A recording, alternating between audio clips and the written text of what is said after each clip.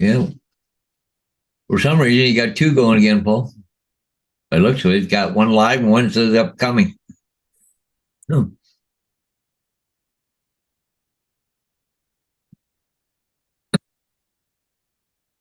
Yeah. I don't know. I'm ready. Yeah.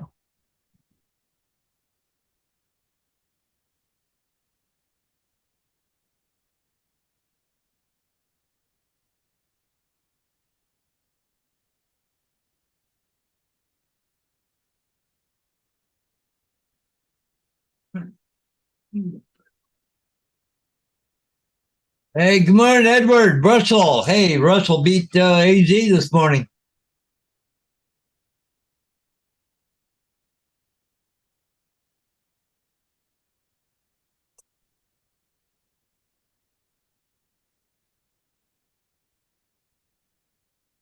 Hey, good morning, Edward. Russell. Hey, Russell beat AZ this morning. It's the Paul Show. Yeah, it is. I don't know what's going on with this ship here, but sideways in the freaking river, not moving. I don't know what's going on here. I was sitting there watching, like along the shoreline. If it was turning around, it Well, would be. one of them is headed for Marine City, and I think that's that one. So he's probably just out there waiting to get into the shore. Oh, maybe. I'm gonna say, but I don't see water churning at the back, trying to hold it in position. Yeah, but if you see the little plume behind it, A little smooth though, but very little right there. But that might be just a water rushing by. Huh, I did don't you go know. over to Marine Traffic and look? Yeah, yeah, it's Marine City one. Which ship is it? American Courage. Well, police boat there with the lights flashing. Huh? Huh. Yeah, the American Courage is just sitting there off of Marine City. Top of the morning. It's Marine City one. Oh shit. Hey, but see, you got the police vehicle with the lights flashing, and the ladder's down here on the side of the boat too. Do you notice that? Yeah, I It's down wonder if in. they had a man overboard. Hey, TJ! Oh shit. There it is. Hmm. What's happening with you guys this morning? Just another day in paradise. Yeah. What's going on with you? You got to work today? Yeah, I don't go until 3 though. What's up, Joel, Laura, Dave? Hey, Dennis. Trevor. Hey, Dave. Good morning. Laura? And Edward. Russell?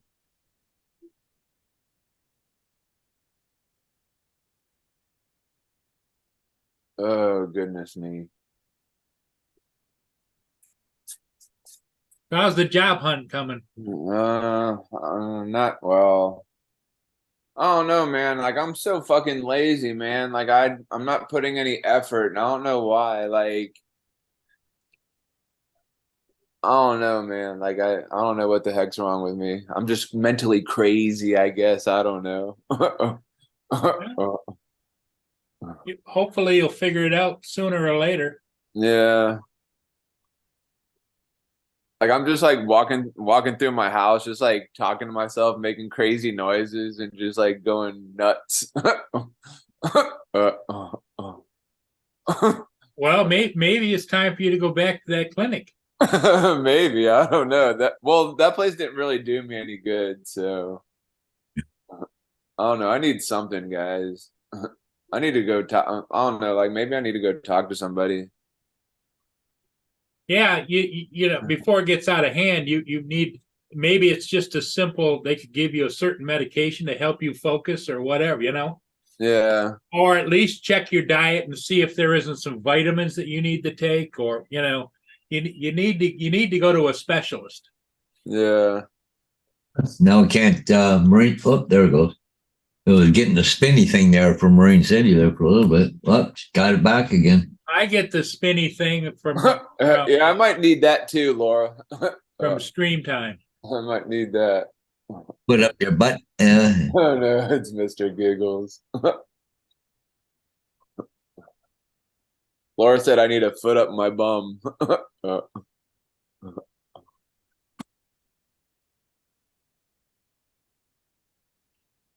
Oh no, Jonathan. Everything and anything's going on. I'm just going crazy.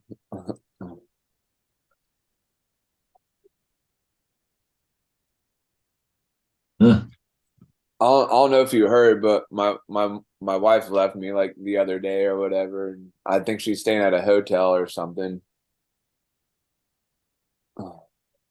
She is. What's the prospects of her coming back? Yeah. I don't know. I was told to go get a bouquet of flowers or whatever and bring them to work, or stop at Starbucks and get her a cup of coffee. Like, here, have some That's coffee. awful simplistic. Yeah.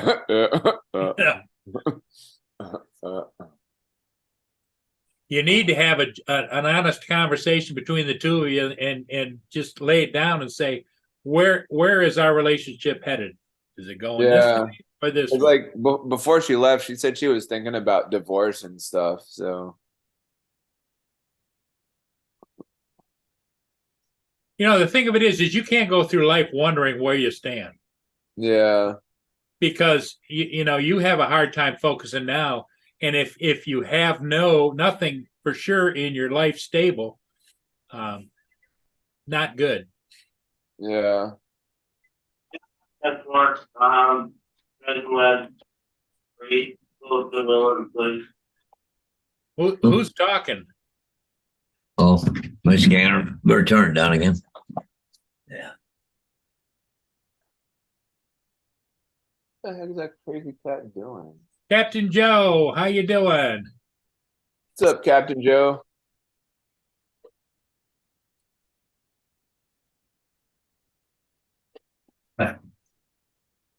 Was Captain Joe in there?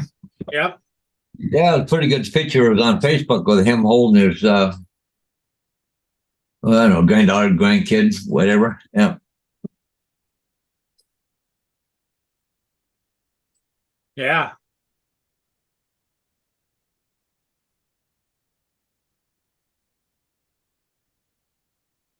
Huh.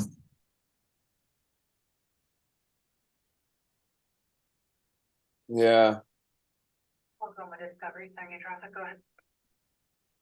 Yep. Jonathan thinks it's a focus issue, but the thing Yeah. of it is, Jonathan, he's had trouble focusing. It's pretty much ever since you had your accident, isn't it? Yeah.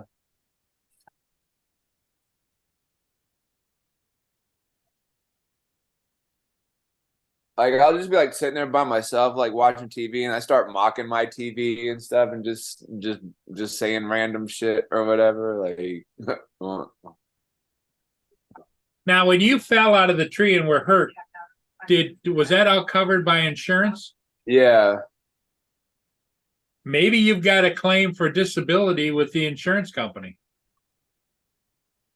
Because if it has changed your persona, then that could be labeled as a disability. You might want to get a hold of because it doesn't cost you to talk to an attorney. Talk to a disability attorney and explain to them what's happening with you. yeah, Because, money would help. yeah. Because you're not getting any disability money now, right? No, Well, you got a Like lifetime to live. I'm not on disability. I'm working. I mean, if I was on disability, I wouldn't be working. Well, you can work, and they just don't allow you to make X amount of money over, But you got a lifetime ahead of you, TJ. So that's why it's important for you to focus and figure it out. What's causing it? What's the issue? Yeah, Because as you just explained it to me, you have periods where you're not really totally in control and you're talking and carrying on and whatever, you know. Yeah. And I'll like there was times when my wife was sleeping, I'd just be like making noise while she was sleeping, or like I would be folding, like doing laundry and shit and shaking the clothes out, and like she would go downstairs and sleep on the couch or whatever. And like I don't know, I just want, like when I'd come home from work, I'd be doing that shit and like I don't know, just like carrying on or whatever. Well, is it? Well, that's where, you know, if you go to somebody that can help you with this issue, it could be separation anxieties. It could be all kinds of things. It could be, hey, look at me, look at me, look at me, look at me. Yeah, that's when we were when I went over to my cousin's house for her kid's birthday, like I just burst into the door like, what that? Yeah. Like I don't know, I like to be the center of attention for some weird reason. Looking back on your life, has it always been that way, even when you were a kid? I don't know, maybe. But you're not sure. No.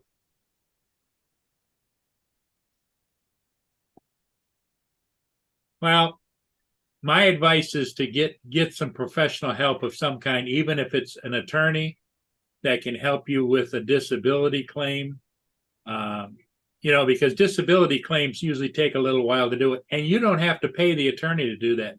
They Yeah. get paid by disability.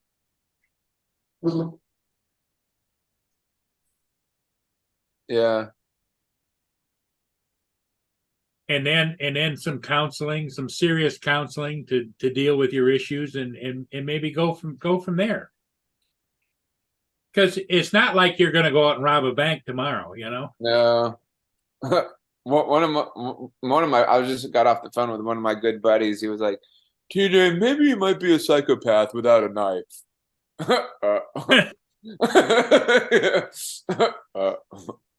Well, that's the extreme, you know. Yeah. That's funny.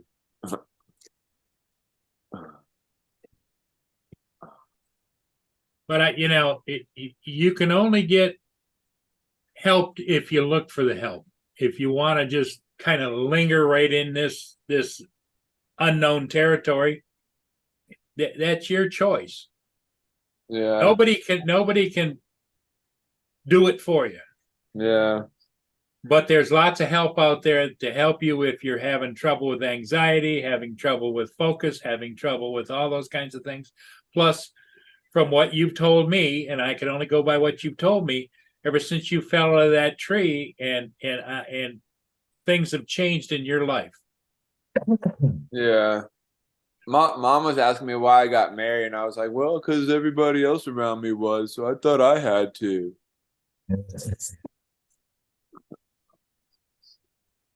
And yeah, because you know somebody jumped off the bridge, I will too, right? Yeah. Yeah.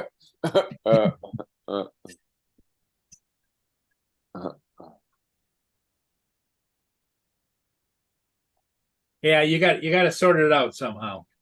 Yeah, I don't know. Maybe I'm just not happy with my life or whatever. Like, I don't know. Well, in order to change your life, you have to take some steps. So you have to figure out the steps. But I would say some serious counseling to help you guide you on the path. Yeah, because nobody thinks that brain mapping shit that I go to isn't helping or whatever. And then, like, all these other things.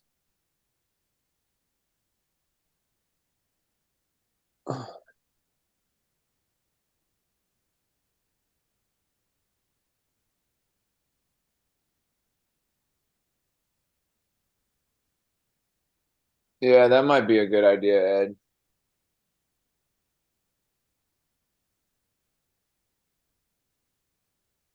Like, I don't know, everybody always talks to me about, or especially my mom, she preaches to me about like going to church and praying to God and shit like Oh, that.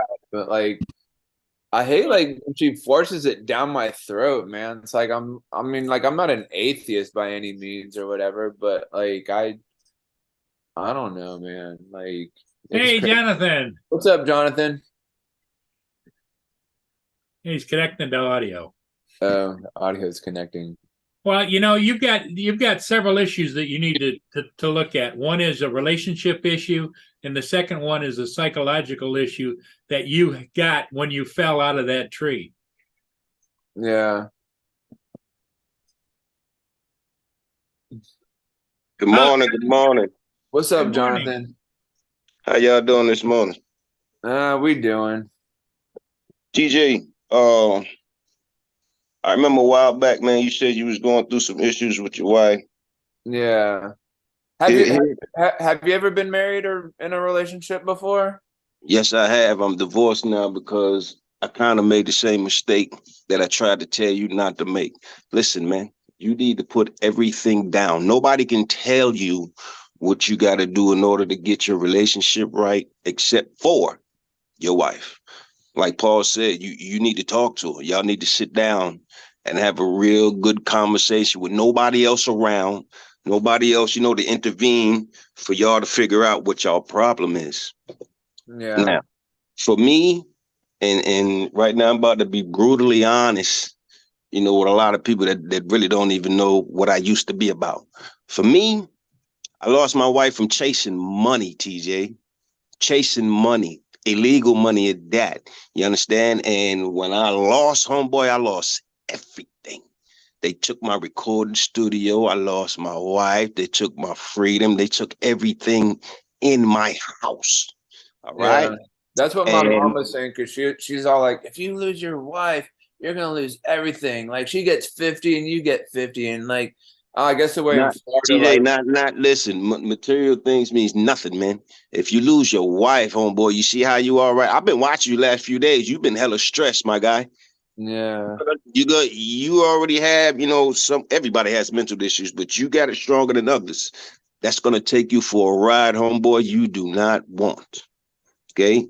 Losing somebody that you care about, that you love, that you've been with for years will take you on a ride, homeboy, that has no end. It took me umpteen years to get over the woman I married, but guess what? I had to deal with the fact that it was my fault. It was my fault. I was paying more attention to what I was doing out in the world rather than the world that was right in front of me. See, because that's what having a significant other, a spouse, is, your other half. You understand? So now if you lose that, especially if you've been with her for a long time, man, and y'all got a bond, dude, it's going to be really hard to bring yourself back from that. It's going to be very hard. So flowers, yeah, that's cool. That's cool. But flowers will till they die. That mean nothing. 3 days and flowers don't exist no more. You need to go to her. Hey, get in the truck, take a ride, go to the park, have a picnic, sit down and have a real serious talk. Now, it's something that you're doing or not doing that has her feeling like that. You need to find out what that something is. You need to change that. If you don't, you're gonna be like me, dude. I live in a 3-bedroom house by myself. I'm not happy about that. I'm not. That shit drives me crazy. In fact, you know why I got my mental stability back from? Drums. What? Drums. The community. Being able to talk to people in the community. I don't too much talk about my problems, but there are some people in the community that knows some of the things that I've been through in life, right? But every day, homeboy, I wake up, I'm by myself. I wake up to a cat pawing me on my face to get up. Hey, come on, I want to eat. Let me outside. That's what I wake up to. I'm not happy with that. I'm not happy with that. And you're not going to be happy, dude. Believe me. She's just now leaving. You can fix this, but you got to focus on her. You got to focus on her. Yeah. So really, right now, I know you love your drones. We all do, but you need to put them down for a second, homeboy, and worry about the woman, not the drone. Yeah. Paul, did you show us? And that's I tried getting her involved in it so we could do something together, but I don't know, she don't like it or whatever. I don't know. That's not what she's into. There's very few females that are in the drones. I'm not gonna say it's a man thing, but it's a manly thing. We like to soar, do all kind of crazy stuff. Women are more calmer than that. You got some women that as hyper as us. We got some good female pilots out there. They do the thing. But if she's not into that, you can't let that subside you from her. You know what I mean? You can't let that take you away from your wife, my dude. You're not gonna be happy. Look, you'll mess around, take them drones and just slam into the ground because you realize the pain it caused from you losing your wife. Don't do it, man. Get a grip, dude. Listen, go to her, go talk to her, take the flowers, take some candle, whatever it is she like. Take something that's gonna make her smile long enough for her to hear what you have to say.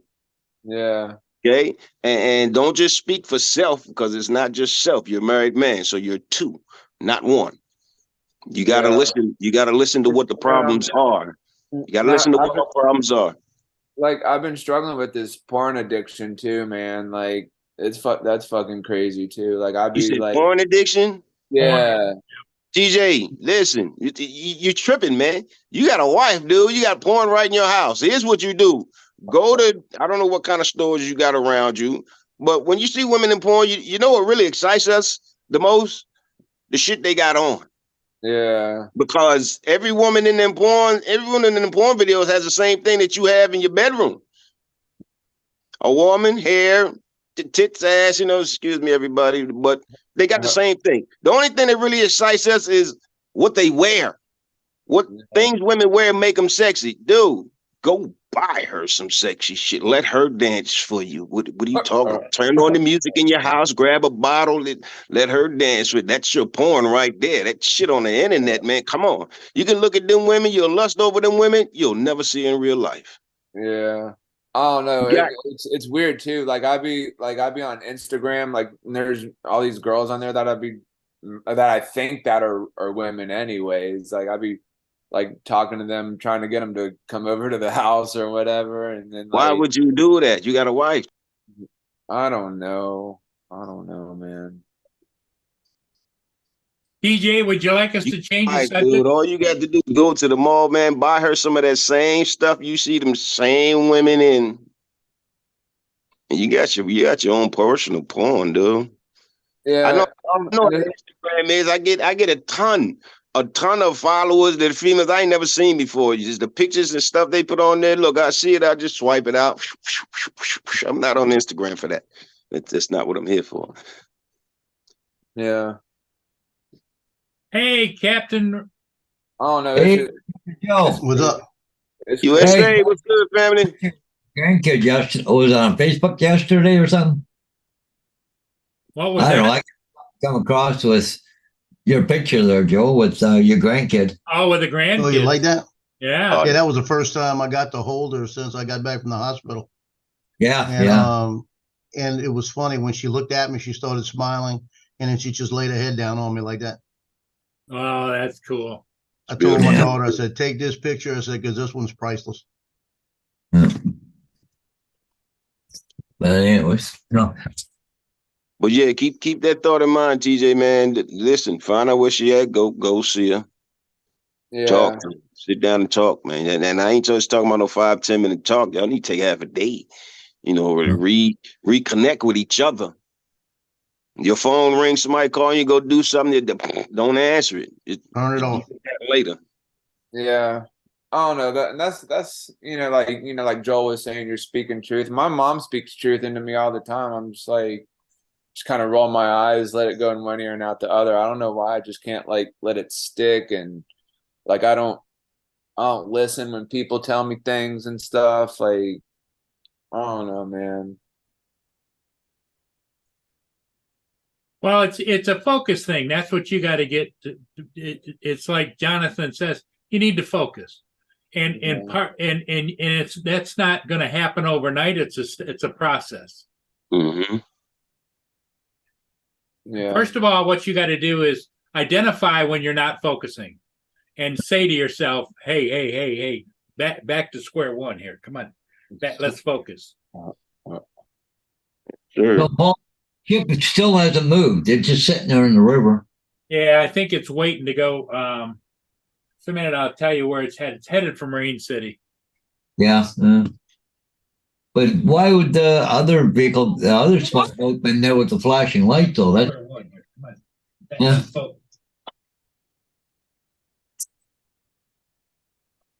Unless he's having trouble getting into Marine City, but Marine City is what they call the bean dock. That's where they have all the gravel piles and everything and all that kind of stuff.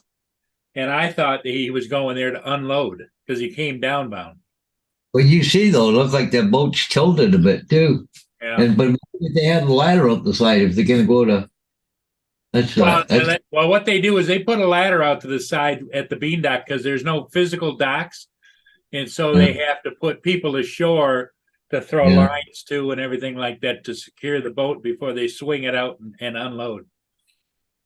I tell you what, look at the Jonathan's right now, where he's at. Look in the back, Jonathan. Turn around and look at your counter in the back. You see Like that that? little clock you got? Yeah. I looked back there and I thought that was one of them things with the mask face looking in. No, this is I said, oh hell no, I'm out. Yeah, it looked like a little guy looking over there with a white mask looking through. this is actually a window to my aquarium. Right. I saw that and I said, oh hell no to myself. I'm out. Oh, did you think that clock was like kind of floating in midair or something? No, I thought it was somebody looking over a counter with like a ski mask on, you know? Like, oh, no. Look at it. Look like you see the two eyes and everything else. Oh yeah. Nah, I don't do the ski mask thing, man. I turn around, see that real quick, and then have a bullet going that way. Nah. Joe's still looking for an excuse to shoot somebody. I gotta shoot somebody pretty soon. I'm ready. Justin, what's good, family? What's going on? What's up, Justin? I should have known you was in the shadows somewhere. Yeah, I just popped Well, I in. got a dilemma this week. What's I go to that? the doctor today for a follow-up, in which I'm going to talk to him about driving Friday. But Friday, that game is 173 miles away. It's not a long drive. It's not a hard drive. I've done it many a times. And What's the speed they're limit having there? problems. Yeah, having problems getting a family like a booster bus because all the buses don't have enough drivers. So and then they did get one company that said, yeah, we got one, and they want like $95 a person, and that's Oh, wow. crazy because it's never paid Just paid to more than ride over $40 to a the person. game? To ride to the game and back. $95 a person for the bus. A Yeah, charter it's bus. like it's kind of a nicer bus to ride on than their standard school bus. Oh, it's beautiful, you know. Yeah. It's like a big Greyhound bus type. But Mhm. but it's like I think it was $95, and I said put my name on it just in case, you know. But if I could drive, it'll cost me about $60 to drive, and then I have my car and I could take my time and everything else. So I don't know what I'm going to do. That's the charter bus? A charter bus. Now I'm going to go talk to the school resource officer today and find out how many officers are going. I may wind up being in his car. That'd be a lot better. Tell him I need a ride. Put me in the back. You know. Yeah. On the 50-something miles, you talking 3-hour ride, maybe more than 3, depending on your speed limit. And the Takes about bus, 3.5 hours. the bus is going to wait for him too, Jonathan. So you got wait time. Yeah, Bus. First world problems. 3 hours. The game is what? The game is 3 hours. Well, the game runs about 2.5 hours.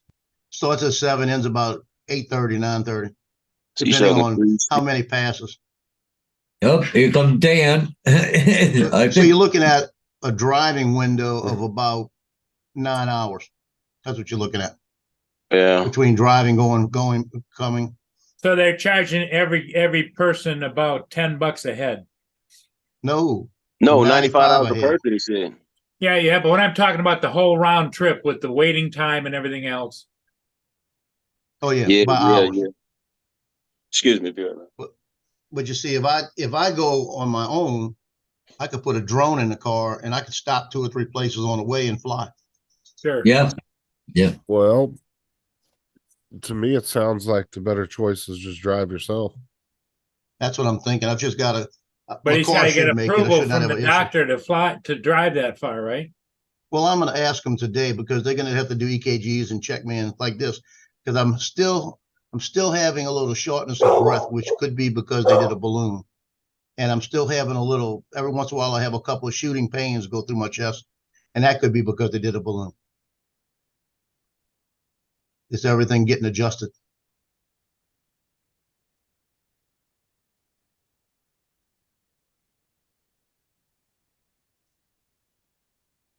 Sure, it's just not all those college cheerleaders you keep taking photos of. Well, I haven't mean, taken I've- any this year. That's the problem. I've- Maybe I I've- should have. They jumpstart you.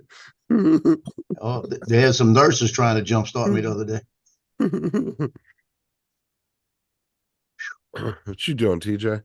I'm just chilling, trying to fucking not go crazy and all that shit. Hey, he's reported that he's walking around the house talking to himself. Be right back. Yeah, like I'm What are you just- on vacation or something? You off for a No, couple like days? I don't go into work till I'm working today, but I don't go until 3. But like I got this whole like Give her a treat. Oh, the whole wife thing going on. yeah. Yeah, I got you.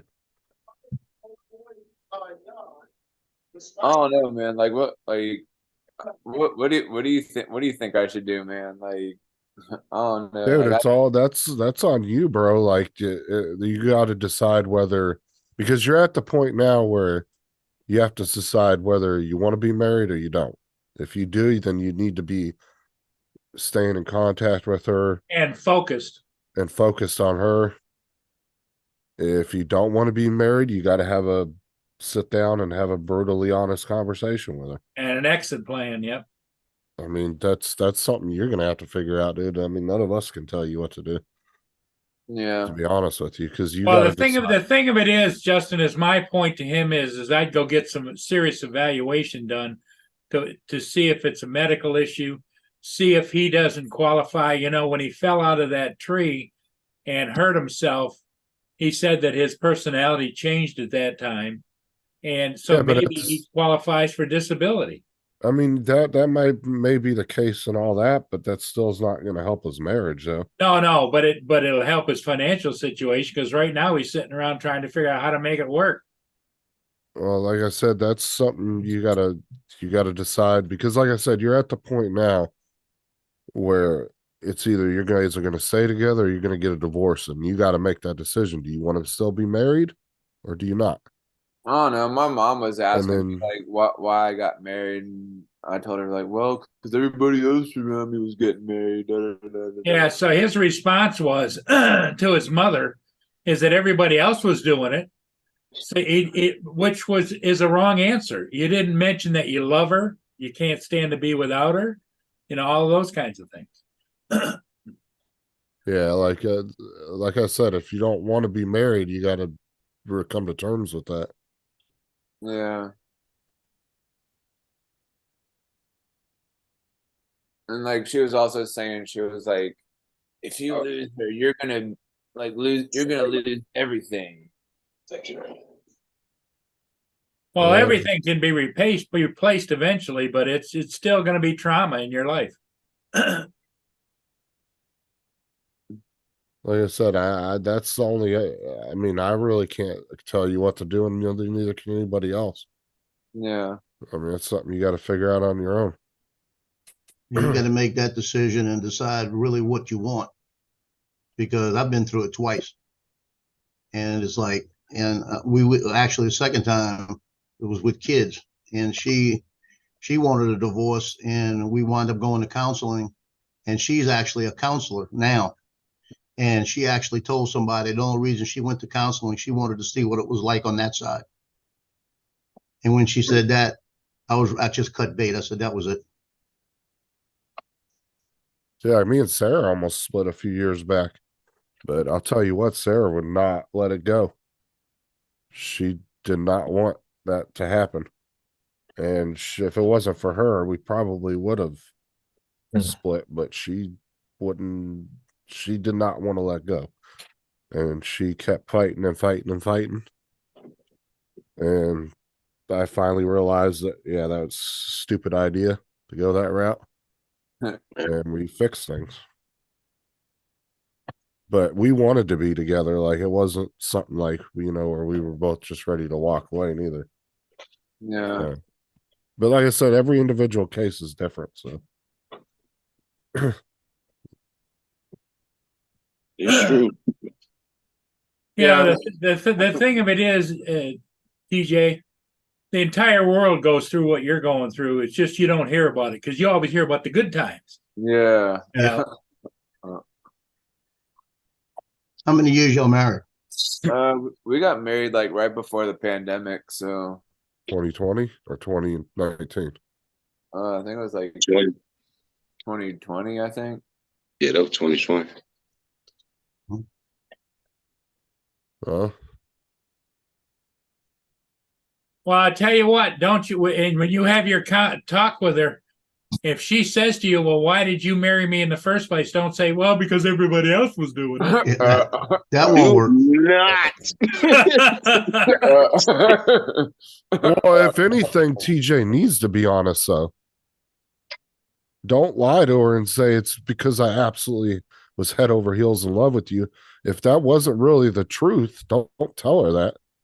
Yeah. Was you in love with her when you married her, TJ? Hey, Dan. What's up, Dan? I don't know. Like that's another thing. Well, Like see that your answer right there tells me that you weren't, because right off the bat you should have said yes. It shouldn't have been I don't know. yeah. Yeah, you don't say I do if you don't know that. Yeah. Yeah, I don't know. I'm not honest with myself. Like I always give like shady answers. Like it could be like the simplest things. Like TJ, do you want? Like I can't say yes or no. Like it's always like I guess or maybe, like or whatever. TJ, let me ask you a question. Do you like getting head? Oh my God. That's an easy question, right? Do you have to think about that question too much? I don't have to think about it. So TJ, if I ask you, do you like hot dogs? I mean, I guess I Don't do. answer that, TJ.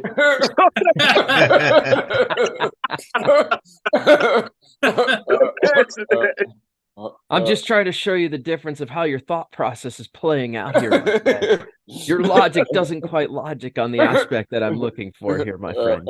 Oh, God. No, but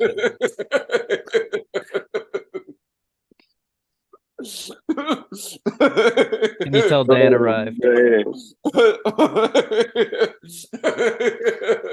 Joe, how you doing, man? That's funny. Feeling better. That's Feeling better? hilarious. That's good. Phantom, Yeah, what's Paul? good, family? What's up, John? Cooling, man, cooling. That's it, bro. Trying to help this guy out, man. I don't want to say I seen it coming, but I remember him speaking about it once before.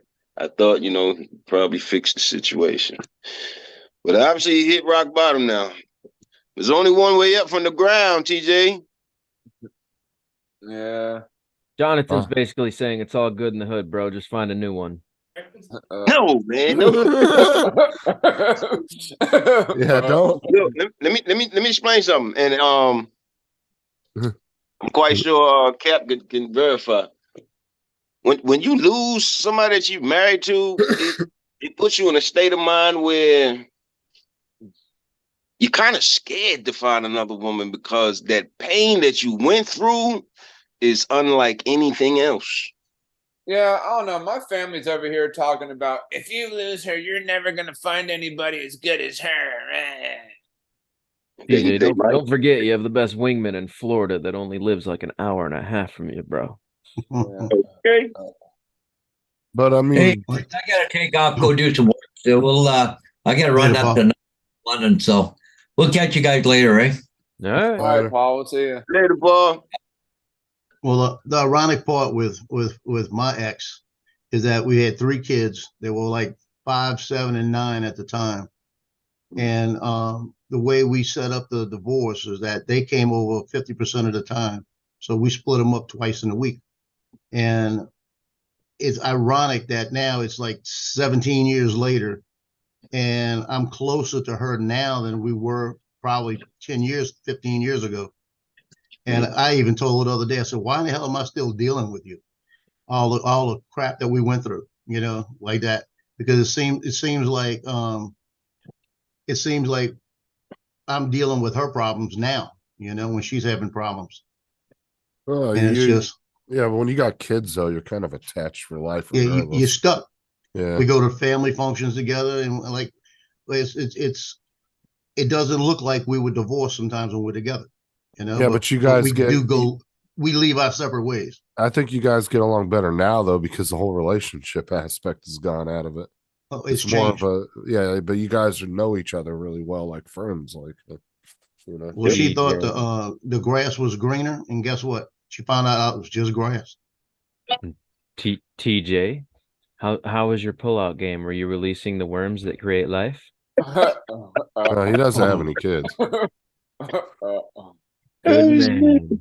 Nothing to stress about then. Keep it moving, Slugger. Keep it moving. See what's going on. Yeah, yeah. Like I said, just be honest, TJ, though, with yourself and with her. TJ, And we'll how was figure it your out. pull-out game? Were you Why do I releasing? hear myself? Why do I hear myself? I think that was coming from Jonathan. What's that? Echo, sir. Echo. Did you have YouTube playing? That might be my coffee maker. This coffee maker's got video on it. Bang, Coffee bro. maker talking. I need to get me one of them coffee makers. Correct voice. Yeah, he's got YouTube. It's got the cure on one side and then the regular thing on the other. And I just happen to have my phone sitting on top of it. That's that new model, the Keurig voice. Keurig voice. Hamilton. Nothing like a good cup of coffee. You gotta have it. Right. That's right. New Do you, Hamilton. Jonathan, do you put those flavored creamers in there, or do you just put like milk and sugar, or what do you do? Sugar, hazelnut creamer, hazelnut coffee. Yeah. Nice. Bruh, you gotta drink it black, man. Dan's got that. What do you drink? That Nice. Jack Daniels? I Coffee? do. Yeah, it's Jim Beam. I drink Or the Jim Jim Beam. Beam. Yeah. Yeah. Woo! I remember Jim. Oh, Yeah, but the Jim Beam makes a coffee. It's called Jim Beam Bourbon Vanilla. It's They make coffee? Oh, it's incredible, bro. It's on a Oh my different God. level of greatness. I But wish doesn't you would not actually- have said that. Have you ever had that that Death Wish coffee? Jennifer, I've- Like Joe's going online to find some right now. It's a bit Definitely expensive, not. man. I'm not gonna lie to you, bro. Like a little 8 ounce or 6 ounce bag of it, bro, is like $15, but it's totally worth it. Mhm. It's good Oh, stuff. Lord. Meanwhile, I got some of that Illy coffee. One of my buddies was like, "Man, you should try that Illy coffee." So I went to Target and got some Illy coffee. I'm the only one on here that doesn't drink coffee. That's your Oh fault. no, man. actually, Murray doesn't drink coffee either. Well, I have really bad ADHD, and if you know what coffee does for ADHD people, it actually like makes us more cognitive. It helps us function It's better. the caffeine. You're right. It's the caffeine for us. So because our brain is always trying to apply the brakes, when you drink coffee, it actually makes us more of a normal person. Oh, did you see my comment on your Facebook post? I don't know. You said somebody caught me out in the wild. I said I didn't see no gay little squirrel running around in the picture. I'm just looking. Hey, look, I'm just looking for a nut, bro. Now, which one's better? They got So- the Jim Beam original. Right.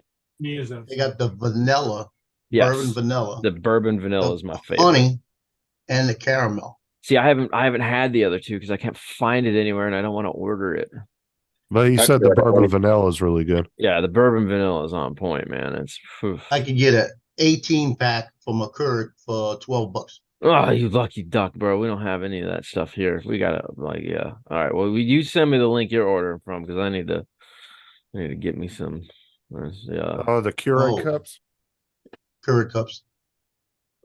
Oh, it's so 18 yeah, for $12.48.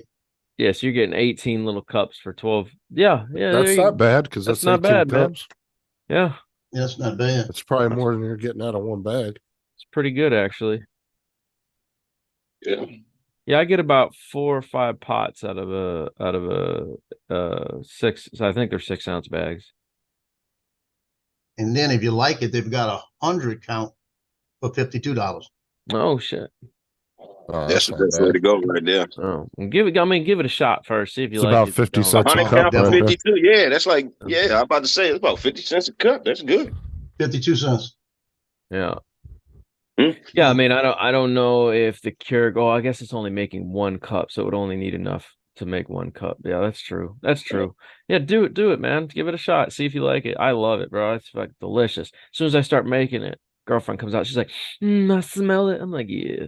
The Keurig's like the one machine that like mixes shit perfectly. Like, you know, when you usually do hot chocolate, you got to find that right mixture of chocolate powder to hot water. Otherwise, Yeah. it just tastes watery or it's too Yeah, chocolatey. yeah, all powder until Dude, it's like Keurig makes Keurig. like the best hot chocolate, dude. You put a hot chocolate pot in there, and it Be just right does a back. perfect mixture. Do they make hot chocolate pods? Yeah, you can buy hot chocolate You can pods put from the some Keurig. marshmallows in there too. Oh, shit. Yeah, they I got didn't know. tea pods too. If you drink hot tea, they got all that shit for it. All right, well, I can only be on here for a sec. I just want to pop in and say hi because I have a airplane inspection today. Well, I have two. I have to go to St. Pete for both of them, but it's all right. And then after that, I have a photo shoot that I have to go do, and then come back and work on another bike. So, yeah, Ooh, a photo shoot. busy day. Yeah, I've Mankini today or shorts? What are you doing, oh Ryan? no. Okay, so I work as a my regular job, right? Velocity Rios. That's what I do. I'm an inspector for Velocity Rios. So I go and look at aircraft and cars and anything for insurance or housing, BPO stuff. And then they hire me to do my comments, take pictures, fill things out, and then, you know, all that. And then I upload all that to their site and then get paid. So it's really easy, but it just sucks because I got to drive long ways to do it. But I bet Dan be sneaking in model photos in between there. Just random dick pic in there. They're just swiping through. What the fuck was that? yeah, just crop a very tiny like penis somewhere in the background. See if anybody notices it. Like just there's a bird in a tree, just give him like a little tiny willy, you know. Does that bird have a dick? It's like the dude on Scary Movie when she's looking through the photos. This one.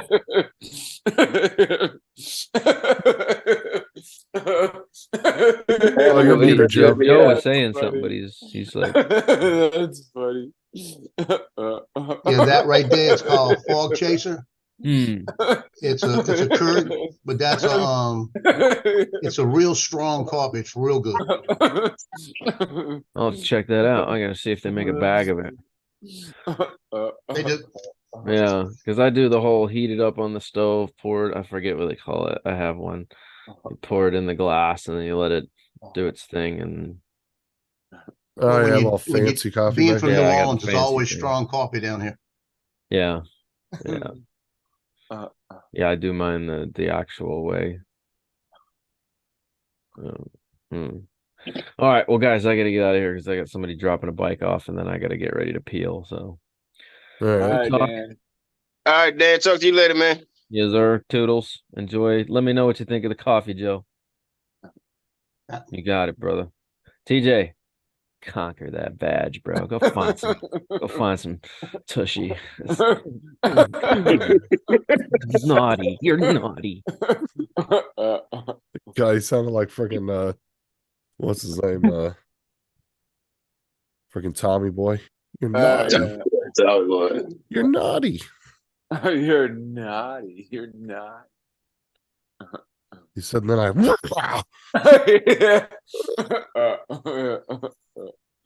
Coffee's ordered. Oh, you're muted, Paul, by the way. I ordered the bourbon vanilla. Okay. Oh yeah, Dad. He opened his cabinet up one day at his house, and he had like 15 bags of that shit in there. I was like, Jesus, how much of that coffee? He goes, dude, that coffee is so good. Like he had Dan did. He had that Jack Daniel's bourbon vanilla, or was it not Jack Daniel's, Jim Beam.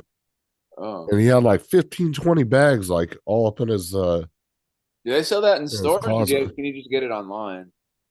I don't know where Dan gets it from. He probably buys it from the store, but Joe found it online. They have all the flavors online. On Amazon. Yeah, they got Jack Daniels too. Amazon got a little bit of everything. Yeah.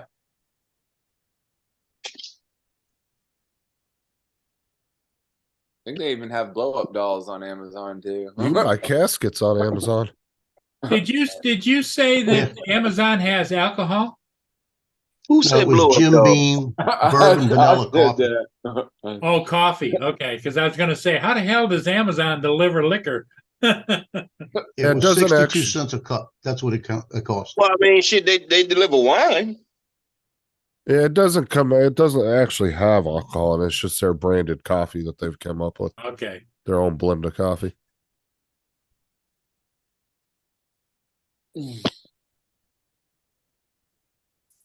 That would be a good Christmas one to drink. Holiday coffee. Yeah. What's the shit you put in coffee? Kahlua? Oh yeah. Oh geez. Bacardi. It'll wake you up and fuck you up at the same time. Got a place down in the French Quarter, Absent House, that does a Irish coffee down there with the Kahlua and everything. And I tell you what, I went down there one time and drank 3 of them and had to sit there for a couple hours before I left. What's the other one? Bailey's, right? Isn't that the other Yeah, one? Bailey's. That's Bailey's pretty Irish good. I got a Yeah. huge ass bottle of that in the pantry. Yeah, that's Bailey. the two of the main ones you hear about is Bailey's and Kahlua. People mix with their coffee. The ironic part, the only time that I drink was when my knee was hurting. And when I come home from a game, I'd drink a couple of beers, or if I had some wine, I'd drink some wine or something like that. And then it got to the point where if I kept editing because I got interested in watching replays or something on television of the games during the day, I might wind up 2 or 3 glasses of wine into it, then going to the back, I'd be leaning against the wall. So I said, nope, stop doing this. We ain't with it. Hey Justin, got a- have you Got a ever streak on that wall. You ever seen old Greg before, where he's talking about drinking Bailey's from his shoe? Uh-uh. Uh, You What's mean up, like Edward, David? cut shoe? drinking Bailey's from Bill. his shoe. Anybody else I missed in the chat? Sorry.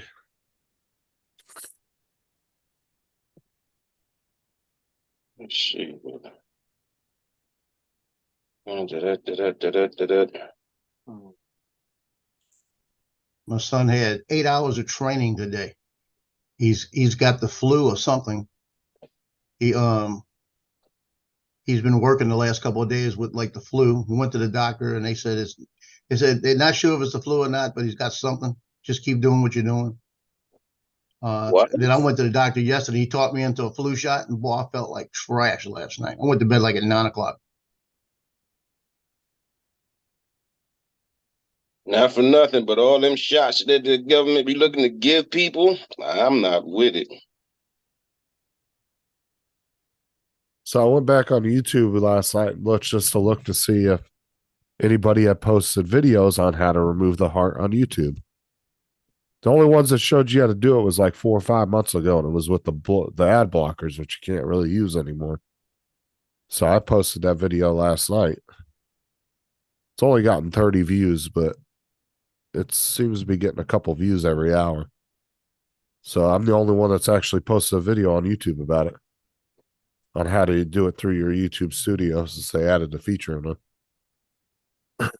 I thought if you just made it private, like couldn't nobody see it.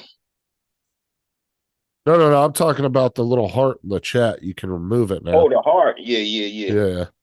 So I did a video last night showing how you do it while you're live streaming, how you can get rid of it. That's cool. In Yeah. fact, you were the one who told us about it in the first place, wasn't it? Well, David showed me, AZ Drone Dude showed me how to do it with uBlock, the ad blocker. You could go in and block the element permanently. Did somebody put that? Uh, Did somebody put that on there? Or did it just randomly show up one day? Oh, But no, that was a YouTube did. development team from YouTube's the one that made that stupid shit. Yeah. But it worked for a while, but the problem is now YouTube's attacking ad blockers. And now if you're using an ad blocker, YouTube detects it and they won't let you, do anything on the platform till you turn your ad blocker off. Oh wow. But they added a feature into the studio now where you can go in while you're live streaming and shut the heart off, so it disappears out of your chat. And the thing was, is if they would have just moved it a quarter inch down, nobody would have Yeah. cared about it. But the problem is where they put it was right over where your fucking chat is.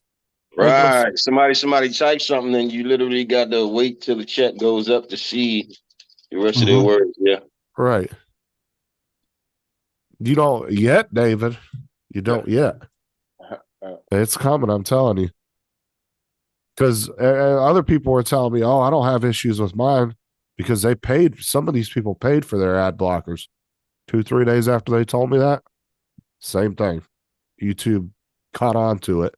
But who was it? Me Mutahar, I think, put a video out talking about how this has now triggered the guys making the ad blockers to now really dive into them to cover up so YouTube can't detect them.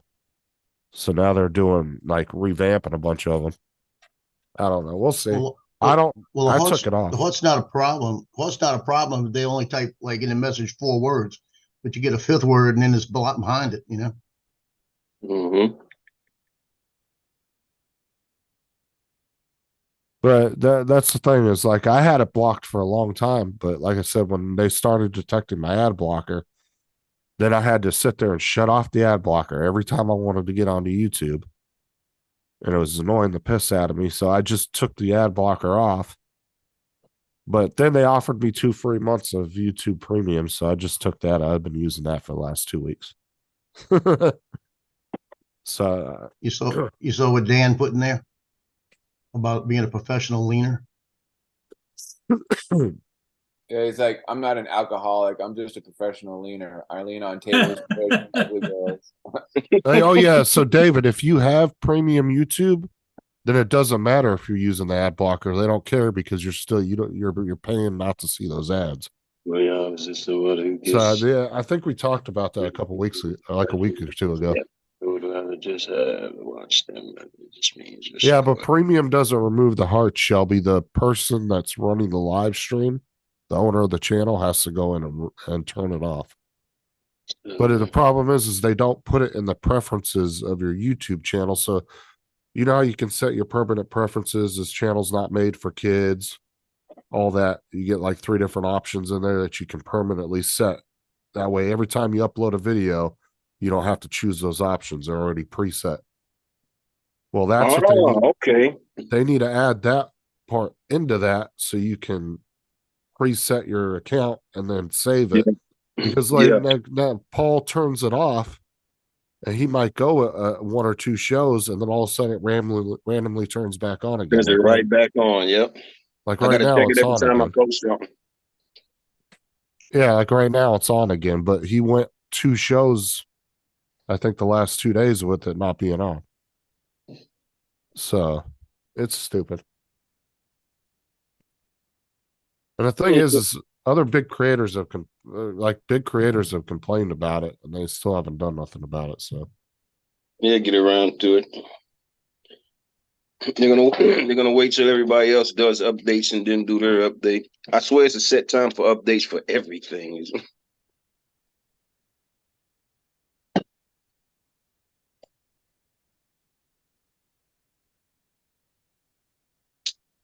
Jonathan, you don't want another cat, do you? I got 4. I got 4. In fact, my feral cat helped me catch a picture of the white owl that hangs out in my backyard this morning. I went to let her out, and she jumped off the deck with her tail up in the air. She's looking. And I thought she was looking at the possum I seen fall out the tree. But when I went to go grab her so she wouldn't go get the possum, she took off, and then the owl just went up and went into the tree. In fact, I put a picture of him on Facebook. I've been trying to catch that owl for 2 years now. Oh, wow. Beautiful too. I put a picture of him on the Facebook story thing. Eventually, I'll go ahead and put it on the channel. Beautiful. Nice. Yeah, I keep trying to get rid of ours, but for some reason I can't seem to do it. You trying to get rid of the owl? No, our cat. I was asking if you wanted another cat. If you fed him, he ain't going nowhere. Anytime, cat or dog, if you feed them, they're always gonna come back. So Well, they but take it out. the only thing is he doesn't have that good a relationship with the cat because every time he walks by the cat, he slaps him or hits him. I was like, boop. Why do you do that, TJ? I don't know.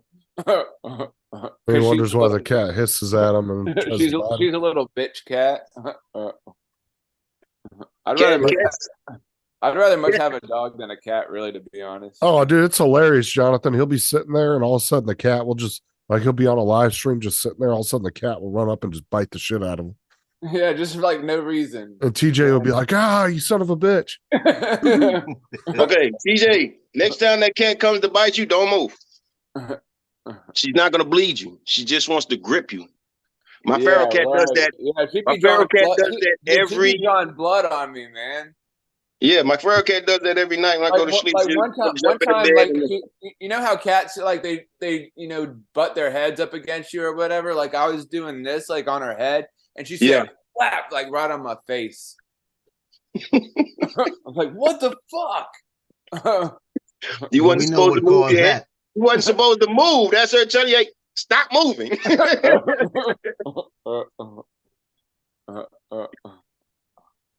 Your cat's got a strange way of showing love, man. I got one that'll just bite the shit out of me. And other people will come by and she'll just love on them. And I'll be like, don't play with her. She's going to bite you. And she doesn't. And I'll be like, you little bitch. My brother had a cat, Tiger, and this was I think this cat was psycho. But one day I was going up to his house and the cat was laying on the deck of the porch. Mhm. I mean, knocked out, upside down, wide open legs, the whole works.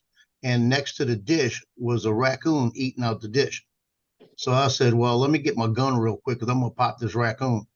Oh, no. And I made a little noise. And when I made a little noise, Tiger looked over and the porch is about 4 feet off the ground.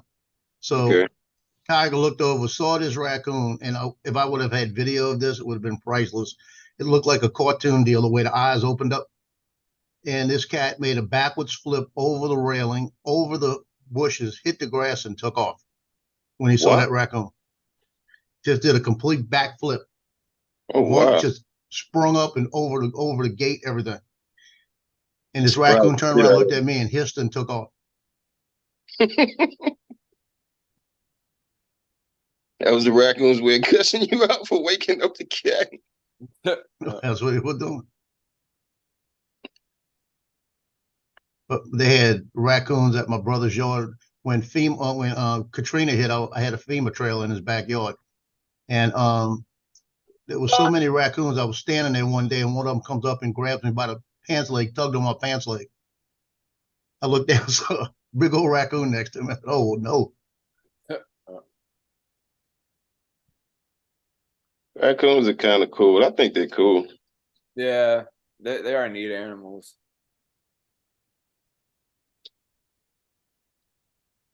But this possum, man, this possum has been in my backyard for years. And that was the first time I seen him fall out of a tree. I always thought he was on the ground somewhere.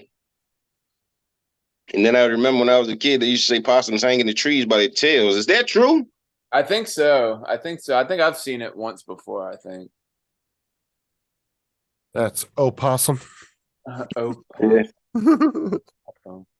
Nah, possums are actually not that bad of creatures to have around. They're not. My cats like hang out with them. I looked out the back door one time. I think it's when I had like 7 cats. And the possum was in the middle of the circle of all the cats eating the cat food. And I'm sitting there looking at the cats like, y'all don't see this guy? Oh, dude, I have we have a possum fight club out in the backyard every once in a while. In the middle of the night. There'll be 2 or 3 of them out there in the middle of the night just going at it. Chasing each other around the backyard. You need to film that. When I had my house, we had the backyard. At night, I had a light that would come on any movement, and we'd have possums walking across the back, and I had a Daisy Red Ryder. So when the possums would walk around, I'd take it and pop them right in the tail, and they'd turn around, hiss at me, and keep walking. I hit them again. They turn around, hiss at me, and keep walking. And it wasn't enough to really hurt them, but it probably stung them pretty good. And then one night there were raccoons out there, and I shot this raccoon, and he looked at me, come running towards me. I closed the door, and he stood there beating on the door trying to get in. After I shot him, he said, "Let me in. I'm gonna get you." I had rabies. Well, that's another night. They had our house behind us was a bigger subdivision with $1 million homes. And one night they had one of the raccoons got up on the pole. So I reached over and I grabbed this big chunk of dirt, and I took it like a baseball and threw it at him. It got about 6 inches from him. He ducked, went past him, hit the woman's window on the other side. I turned off my light and went to bed. Look, I know you probably look out the window and seen the raccoon and was like, "Did you just throw some shit at me?" But he waited till he got right up on him and just, he was like this. He went, just ducked his head, let it go by. Oh, You son of a- the possums, they actually can't get rabies, but raccoons can.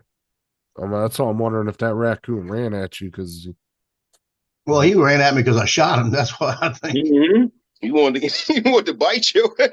he was gonna pay me back a little. And then I had an apartment. That we had trash cans right outside, and we had bricks on them and everything. And there were raccoons that would get into the trash cans. You go out to put your trash in, open it up, and a raccoon come out. And I called a friend of mine that was a pest control guy, and he said, "I've got these little blue tablets. Just lay them on top." He said, "When they eat it, they'll go somewhere and die." And he gave me 100 tablets. Right. I put one out every night. I was putting them out. He said, "When you see them go and put another one, because there'll be another raccoon." So I was putting them out. I went through 100 tablets in about 21 days. And he said, I said, "Well, you think it's the same raccoon?" He said, "No, I guarantee you it was 100 raccoons." Jesus. And that's Mandeville. Mandeville's is more of a wooded area. So you've got raccoons everywhere. You got deer. I've driven down the street and seen deer looking out of the woods in different places and subdivisions. Yeah, raccoons, they can be a bit of a nuisance. We used to have them at the water treatment plant in Vegas when I used to do security there years ago. And there were some big ass ones. I mean, these things, I swear to God, they were like a small child. They'd stand up on their hind legs, but they'd come up to you and tug on your pants while you were walking around, or you were eating your lunch in the little break area. They'd want you to give them food. What? Eat, You more. did? The raccoons did. Oh, man. They would bite on your pants? No, they would tug on you. Oh. They'd walk up to you and stand on their hind legs, and they would tug on your pants and grab their little tiny beady hands and grab you. Take a look at my big hand. You know? That's funny. You gotta take control of my large hand. Feed me, Seymour. Feed me. They look like the dude off a scary movie with the little hand, you know? Oh, yeah.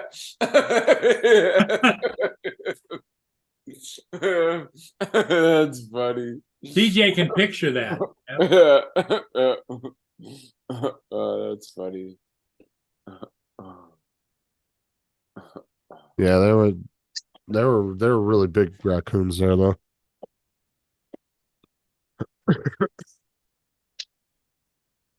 I never fed them because they'd sometimes get overly aggressive, like because they were so used to people feeding them that it would get really annoying because you'd be trying to eat your lunch, and half the time I'd just go in the building and I'd sit inside the building and eat because they would just wouldn't leave you alone. They would start swarming you. And it wasn't like they had manners, bro. They'd be trying to crawl up on the table with you and shit. And I'm like, no, I'm good. Here, have a little piece of Raccoons are rude. I'll go in the building and eat and then come back out. Assigned the final paperwork yesterday for the Camp Lejeune water contamination deal. So we're going to see what happens with that. And if that ever comes through, I'm planning on trying to buy about 20 acres of land up in Folsom, Louisiana, which is about 20 miles from here. And there's a lot of wildlife out there. What I'll do is I'll get me a little 22 pistol so that if there's any raccoons out on my land, I can take care of it. And I can shoot the raccoons and not people. Don't kill the animals. We need them. They make the world go round. Well, raccoon meat is good. I like when Ron comes on and he shows us the deer come up to his porch and he's feeding him like the corn or whatever. Oh man, that's beautiful. I know the video you're talking about too. Yeah. No, like when when Ron comes on the panel, he's sitting out there on his front porch and we see that he's showing you the deer and stuff that comes up on his porch. Mm-hmm. Yeah. That's pretty awesome. That's beautiful. That's a serious bond right there. Yeah. That is a serious bond. I salute him for that. He's got that little container of corn. He just shakes it and they come right up to him. Yeah, up in Folsom, they have deer come on your property, little fox. Every once in a while, you get a black bear come through. Yeah. Yeah, but see, this is a problem too with doing that is Ron also now has a situation of them coming in his yard and tearing everything up too. Oh. You know, they were up there tearing up his landscaping around his porches where he had to fence in his porches, Yeah. block the bottoms of them. See, it's all cool and stuff, but you start feeding the wildlife too much, and then they become a nuisance because then it attracts other animals. And then even the deer got so brazen, bro. They started a big ass fight next to Ron's car and put a big ass dent in the side of his car. Oh shit. Huh.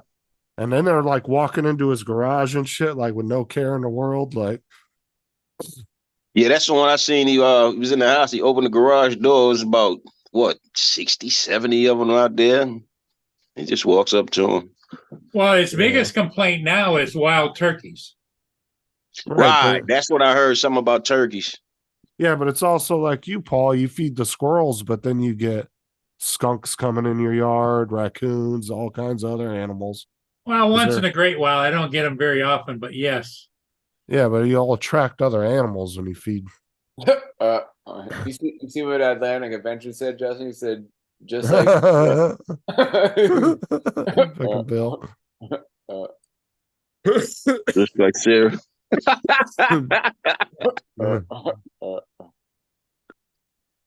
Atlantic said, just like Sarah, you cover noodles from her feeding you. Oh my God, Bill. See, Justin's a gamer, man. Gamers, I know when I was a gamer, man, listen, you literally had to bring me my food to eat. I don't want to get off the game. Yeah, that is true. And bring me some snacks and I'm good.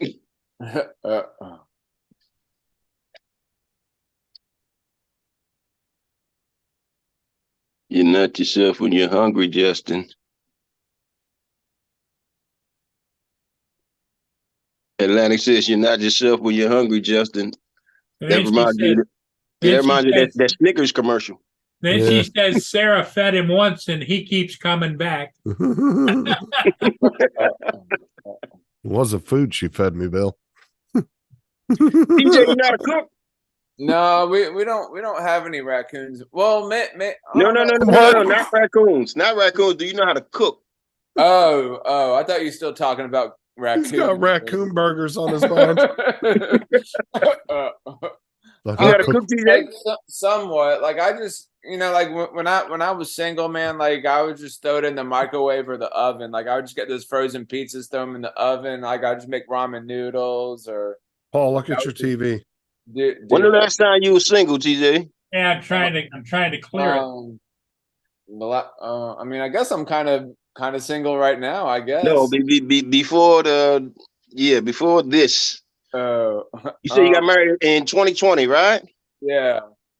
Okay, so what's this? 23. For the last 3 years, you be eating your wife's cooking, yes? Yeah. You're gonna be real hungry tonight, dude. I know.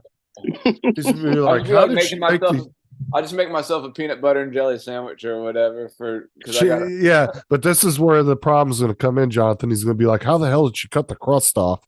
I can't figure this out. Well, Jonathan, the question, the whole problem is somebody told him to take flowers or coffee to work.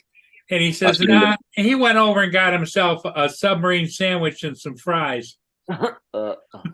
Yeah, he's like, this is where TJ lost me yesterday.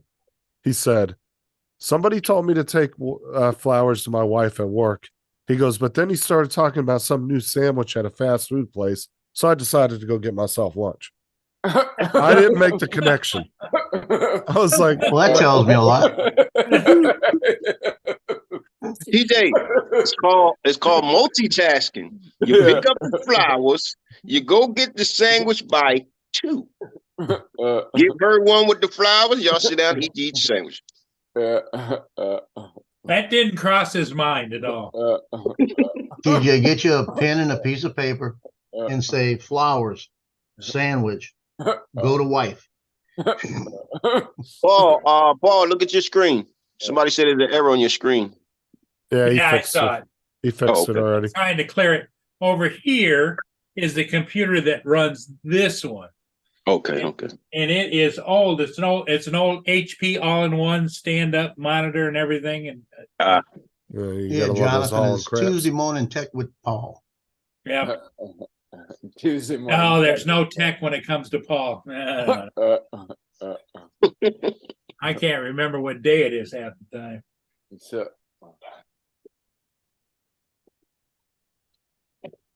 The world is warmed up.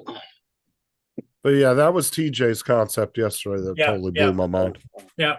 I went to Chick-fil-A and got me that chicken sandwich with the pimento cheese on it, man. That shit was amazing. So good. Yeah. He didn't That's even a- think about buying an extra one for the wife. No.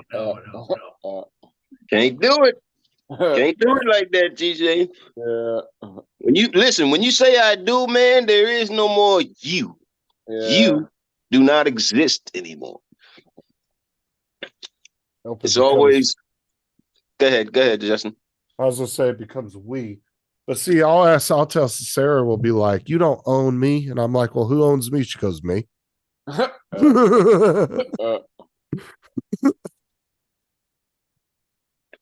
Well, the telling thing, TJ, is the fact that you understand that what you want to do, you want to be the center of attention. That's your focus. Yeah. You know, when your mother said to you, "Why did you get married, TJ?" What was your response? Because everybody else was around me or whatever. Kind of like the whole baby fever thing with women. Like Yeah. when they all start hitting their late 20s, early 30s, and all their friends start having babies. That is true, though. A lot of women will end up doing that, though. Yeah. That makes them want to have kids because they see all their friends around them doing it. But doesn't mean that they always make the best choice neither. Like I That is said, true. But, like before she left, she was talking to me about like, oh, we never have sex anymore. And I didn't get it. I didn't. Oh, what'd you do? Cut her off? I don't know. I don't know. What do you mean you don't know? Like I just we- like she was sitting there talking to me and I couldn't give her any answers. She was like, no answer. And I just this is the problem. We Hey, need to- TJ, lean a little bit. Lean towards me. Wait. TJ, lean a little bit towards me. Keep going. TJ, how many times do you fly a week? Like in 7 days, how many times do you go fly? I don't know, I guess just whenever the weather's good, I guess. I mean the weather's Estimated time. Let's say we got good weather. Let's say it's 75 degrees for the next 7 days. How many times do you go out to fly?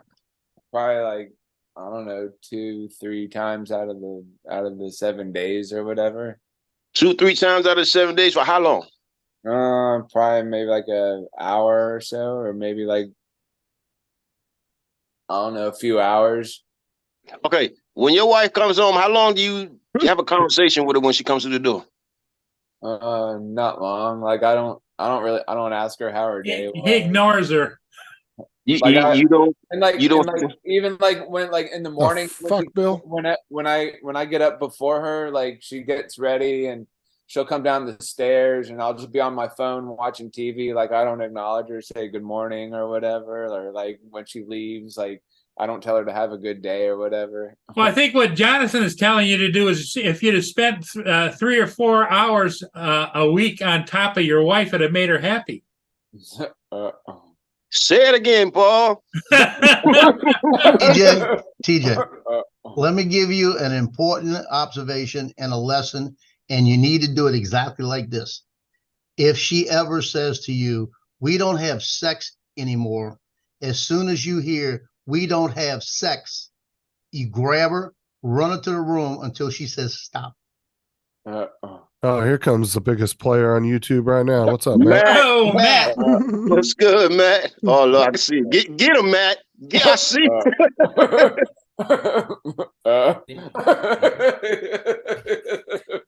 you laughing. Matt about to give you the business. Matt's going to get you. Now, Justin, you got to be careful, mate, because this ain't just orange juice. All right, brother? Hey, what is that in there? What is that? Seagums. That's truth serum that he's about to give you. Truth, sir. It is truth serum. And you're about to get a fucking mouthful, mate. Don't worry about that. Where's me? Where's me? Fucking, here we go. Yeah. I'm about to ruin Paul's show once again. Oh, damn. Hey, Jonathan. How you doing, man? Not bad, mate. Not bad. What's your channel? Night Flight. Not, Yeah, I not- posted the chat. How come you know I'm a dickhead, mate? How come you know that already?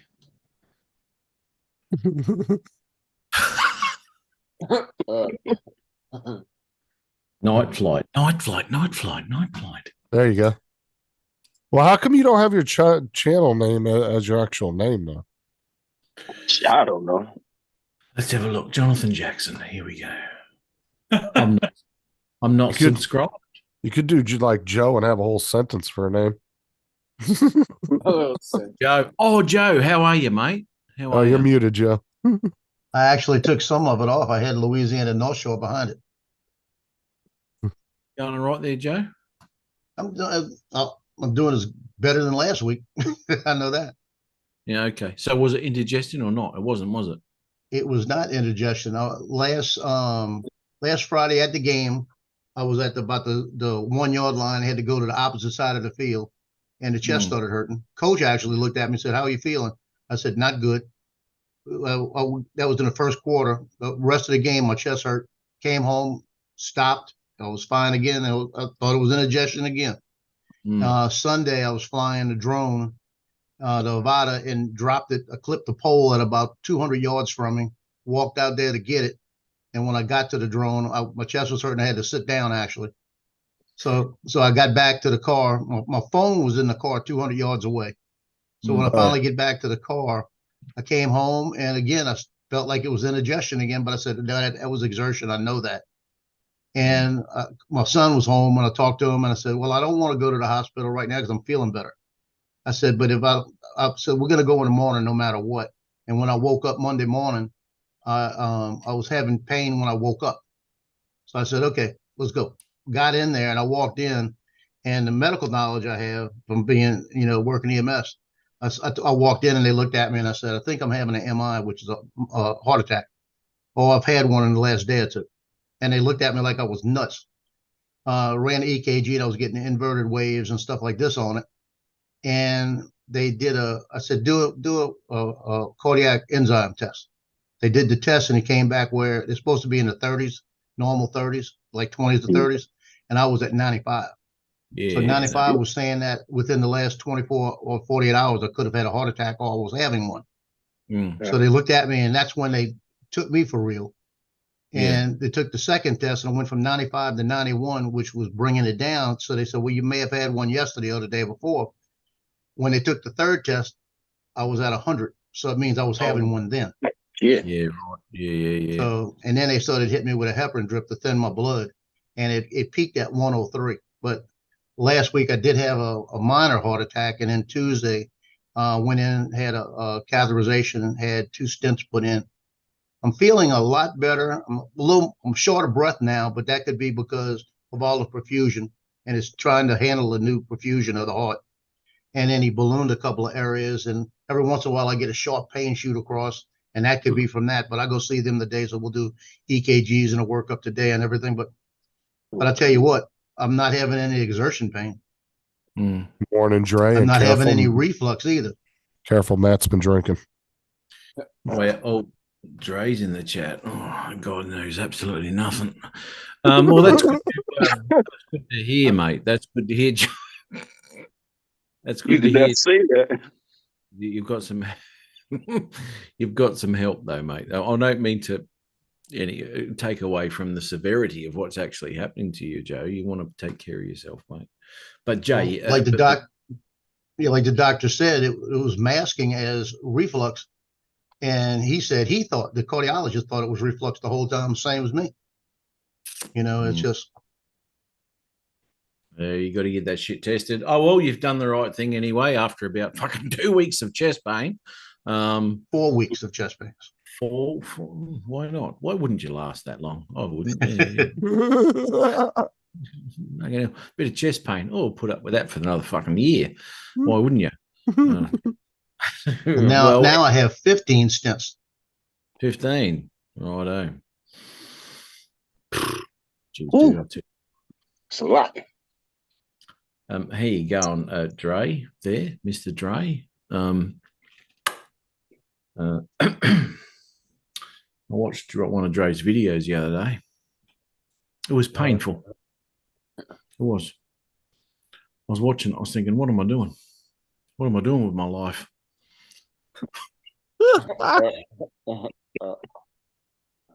The link's right at the top there, Dre. You know he coming. Dude, it don't take much to call Dre. You start calling Dre out. Usually he pops in almost right away. He coming. He don't play around. Oh dear. Okay, so Jonathan, let's have a look at your channel, mate. I am not subscribed to you. I don't got much to see. Well, see, the problem with Jonathan is when you have a logo, you have a channel name, but if you tell us that channel name and we punch it in, it's probably not going to go to that because you got your name as Jonathan Jackson. Yeah, I'd change my name to Night Flight, brother. Okay. Because that's going to confuse people. Because like when you said that, I was like, wait, he's got his. Because I always see you come in under your name, and I was like, does he have 2 channels? And that confused me. I was like, have you been on my channel, Jonathan, at all? I don't think so, man. Actually, Right. Okay. No worries. No worries. Put your link in the chat so I can link up to it. Okay, I can do that. Because I haven't seen you in the chats on the live shows or anything. Yeah, no, it is. what is Matt yipping about? Busy doing actual work. What's your response? I know what he's doing. He's trying to work out how the hell he's going to turn a drone on. It's pretty hard. Now what? Oh, I got these drones cost me $30,000. How do I fly this? How do I fly this without Litchi? Oh God! All right, drone deploy, help me! Drone deploy, help me! Oh, TK, I don't know where you are. Just press return to home. Hope you get here. My link. Oh God damn it, Dre. I'm only kidding. Well, no, I'm not. Really? No, I am. Matt, are you subscribed to my? You're not subscribed to my channel, are you? I just got something, I got something to do. There you go.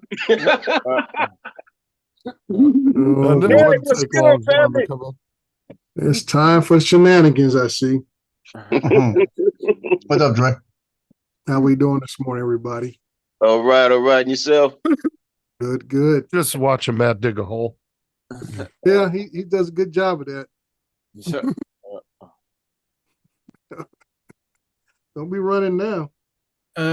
Dre, I was watching one of your videos earlier. Fascinating. Okay, here we go. Well, I did. Every minute of it, every second of it. Mm-hmm. I mean, all 3 minutes of it. Yeah. I think I went minutes. I'm not too sure. I didn't watch the whole thing, but yeah, it's it. Let's go. Hey, come on, spit it out. Go, let's go. It's only Tuesday. Spit it out. I can roast you for the God. rest of the week, twice on Fridays. That's all right, mate. That's all right. The vodka's taking over. I can wake up. okay. I can wake up tomorrow and send you a message in Messenger and say, Dre, I didn't mean a thing I said last night. You Now, probably copy. won't remember it. I won't either. It was I the got juice. something for you though. Here we go. I got All right, something so for you, there's- Matt. Sorry, mate. I got something for you. Does it involve one of them? Oh, have you really? Ooh, there you go. That's Wow. pretty nice. Wow. Finally, we might get some good video out of you. Excellent, mate. Ah, So- I've been checking that out, man. That's Checking brilliant. that mate. Yeah, good Yeah. on you. They are bloody brilliant by the looks of things, I'll tell you. That's cool as shit, man. It is. It is. I kind of wish I got that instead of the Osmo 6, but that was not yet. So. yeah, we'll Yeah. see. We'll see how it works. I'm trying to figure out all the stuff here on it. The Mimo app is the issue now. What's the matter? How to get it downloaded on my phone. It's Have you- so hard. Oh, Have you okay. tried drone deploy? Apparently, Matt thinks that helps you a lot. Yeah. How did that? If it doesn't do it automatically, he doesn't know what the fuck he's No. doing. No, it doesn't. Go. I want to say the Play Store. You got to make sure you download the one either Android or Apple. They got like two different downloads. Two different. What is it? P something K. It's not coming up in the Play Store. And I went to the DJI site and they want you to download a PKA Yeah, app. yeah. whatever it is. And then Does that's the when it gets screen- all squirrely because it never installs. Does the screen on there, does it turn sideways too? Does it turn Yeah, that's Yeah, how yeah, you're it able to turns get that way. your portrait mode and your landscape mode. Oh. It Turn on automatically- your. Does it I wonder- does it come off? Does it come off too, or you could just turn No, it? it doesn't. It doesn't come off. It's attached to the thing. When it's off, or you can have it in the regular mode. That's what it looks like. What is That it? way, it shoots in portrait mode like this, and then if you want to switch to landscape mode, you turn it like that. Oh, Right. that's cool. Oh, look at the camera go too. That's excellent. Yeah. Yeah, that's wild stuff. Jonathan, just a quick one, mate. My link is in the chat there, mate. If you want to have a Okay. bit of a squeeze.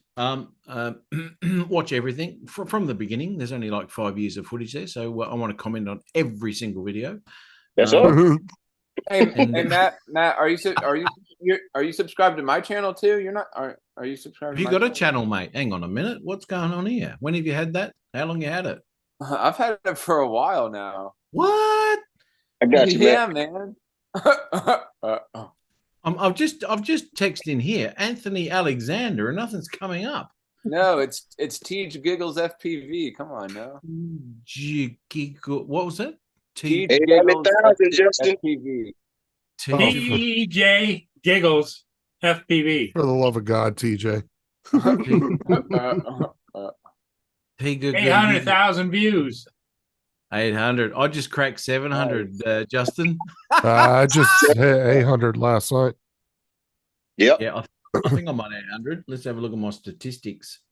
I'm at Jonathan, if you don't know, mate, I'm freaking huge, mate. Probably the biggest channel. Jonathan, something is on his own head no woman has ever said. Oh Lord. Anyway, Dre, really seriously though, mate, send me your address in Messenger. Will you please, mate? That'll be For nice. what? Oh, it's okay. You already have my information. It might not be me, but it's from me. Do you know what I mean? Yeah, whatever. yeah, I'm at 804 now. Okay. Trying to use Have I my got- own words against me. You think I'm slow or something? No, I don't think you're slow at all, mate. I've seen you rush through stuff. It looks like poo. Hey, no, seriously, though, mate. I want to send you something, mate. I've got your details, have I? And send him the deets. The deeds. Oh man, Justin, what? No, excuse me, wasn't Justin Paul. What did you send Laura? I didn't catch. I didn't catch the opening. I didn't catch the unboxing. What did you send her? Ooh, So Laura. we didn't send it to her.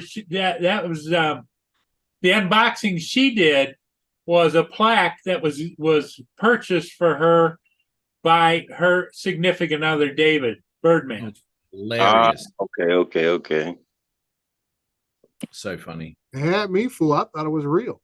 Yeah, I thought it was looked good, too. didn't it, Dre? It was brilliant. That was a $60 joke. Yeah.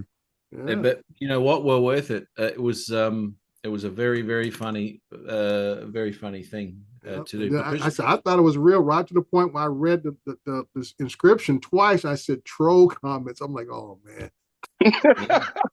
Troll on, yep. Is that what was on the plaque? Yep. She gets trolled worse than Dre, and that's saying something. Wow.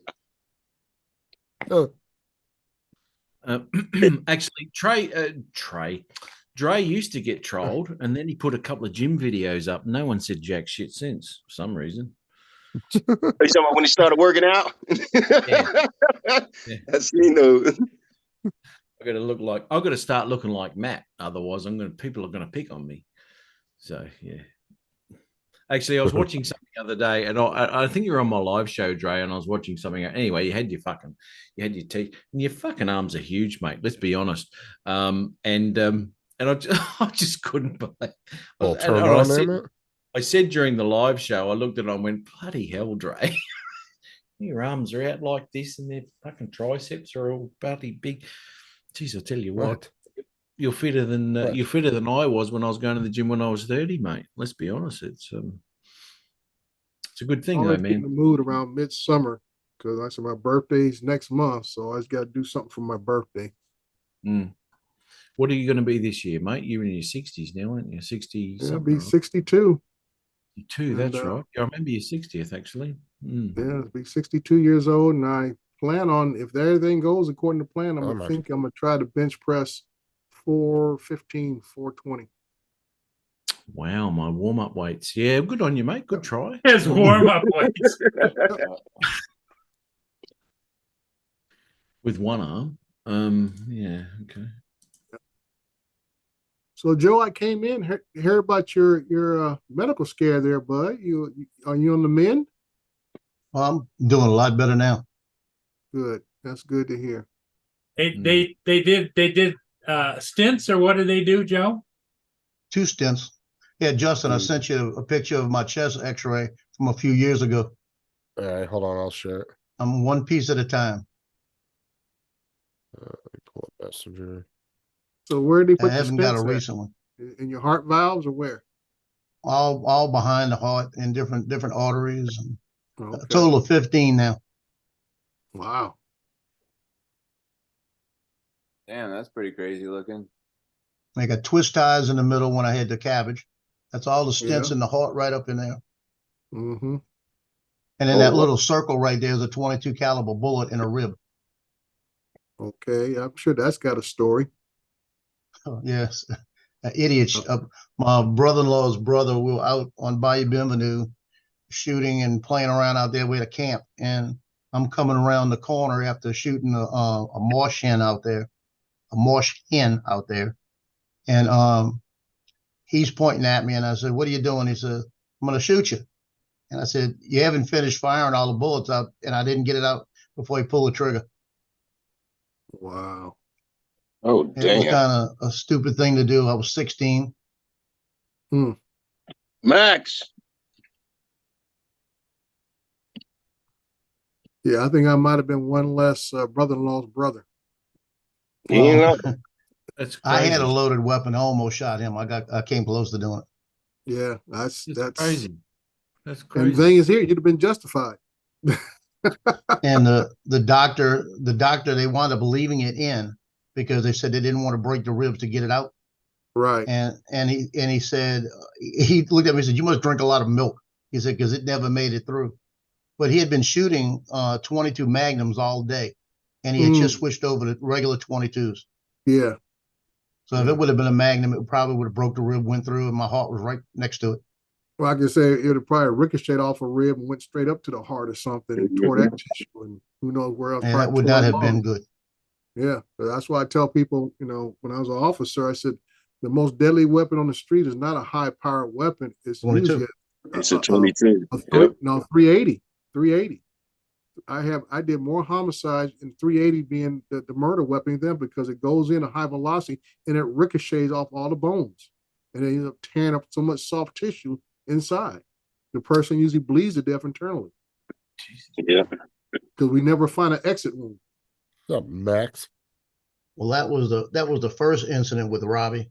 Max About a year and a there. half later, we were crabbing, and we had crab traps out, and they were using catfish heads. And the rule of thumb with a catfish head, when you cut it off, you get the prong, all the hard pieces of the fins, and you cut them off and throw them in, because you might have to grab the head and shake it and get the crabs off. So we're emptying crab traps, and I reach over, grab the first trap, and slap it. And when I slap it, I look down, and I got a fin going through my hand. Yeah, they got a nice nasty spike on them, mate. Yeah. And I looked at it, and I looked over at Robbie, and I said, "Who put these in?" And he went, "Me." And I just said, "Let's go back in now. Come on." And I mean, I almost knocked him out that day. That was the same bloke? Yeah. Same idiot. You want to stop hanging know what? around that dude, mate. That's what Well, I I'm don't saying. have to- Sometimes you got to cut folks loose, dude. I don't care, blood Well- or whatever. You got to cut them loose. Cut him off, my Well, brother. I hate talking bad about him, because a couple of years later, I was in the Marines, and they were fishing, and he was in the front of the boat sleeping as they were coming back at night, and a Chevron crew boat came across and hit them, and he got killed. Mm. And Yeah. it was just, the crew boat didn't have any running lights on, so they heard it, but they didn't know where it was. And it was nighttime, Wow. and it hit him. Mm. And he had Yeah. just had his son. His son was about 2 years old. Hmm. It was That's horrendous. bad. Yeah. A little bit of bad karma. Yeah. Well, I'll tell you something, right? Yesterday, actually, it's shocking to me, right? I'm absolutely devastated, to be quite honest. The bass player who I toured Europe with, and Australia, and all over the place. He's 12 years younger than me. I ring him up the other day, and I said, "Oh, g'day, how you going?" You know, I speak to him about maybe 4 or 5 times a year. But he was in the band, and anyway, as I said, and I shared a motel room with him all through Europe and all that sort of shit. Anyway, so 42 years old, and he goes, "Oh yeah, I went into the hospital because I couldn't shake this cough, and I had fevers and all sorts of stuff." And as I said, 42 years old, and he's got cancer in his both lungs and in his hips. Mate, that's the end of him. You know what I mean? Mm. 42 years old. Unbelievable, mate. It shook me to the bone, to be quite honest. Oh, Very yeah. Yeah. Very upsetting. You know, he's a good bloke, you know. Yeah. Hey, Jonathan, yeah. this is what I get when I go through the process. I get to this point here, and it wants me to download the APK app. Mm-hmm. And once it does that, nothing. Okay, you got Apple or Android? Android. And this is for the Android version. You can't do that on Apple anyway. Did you go into your files and actually install it? Well, like I said, when you hit download it now, it's actually, it's doing the process of downloading the file.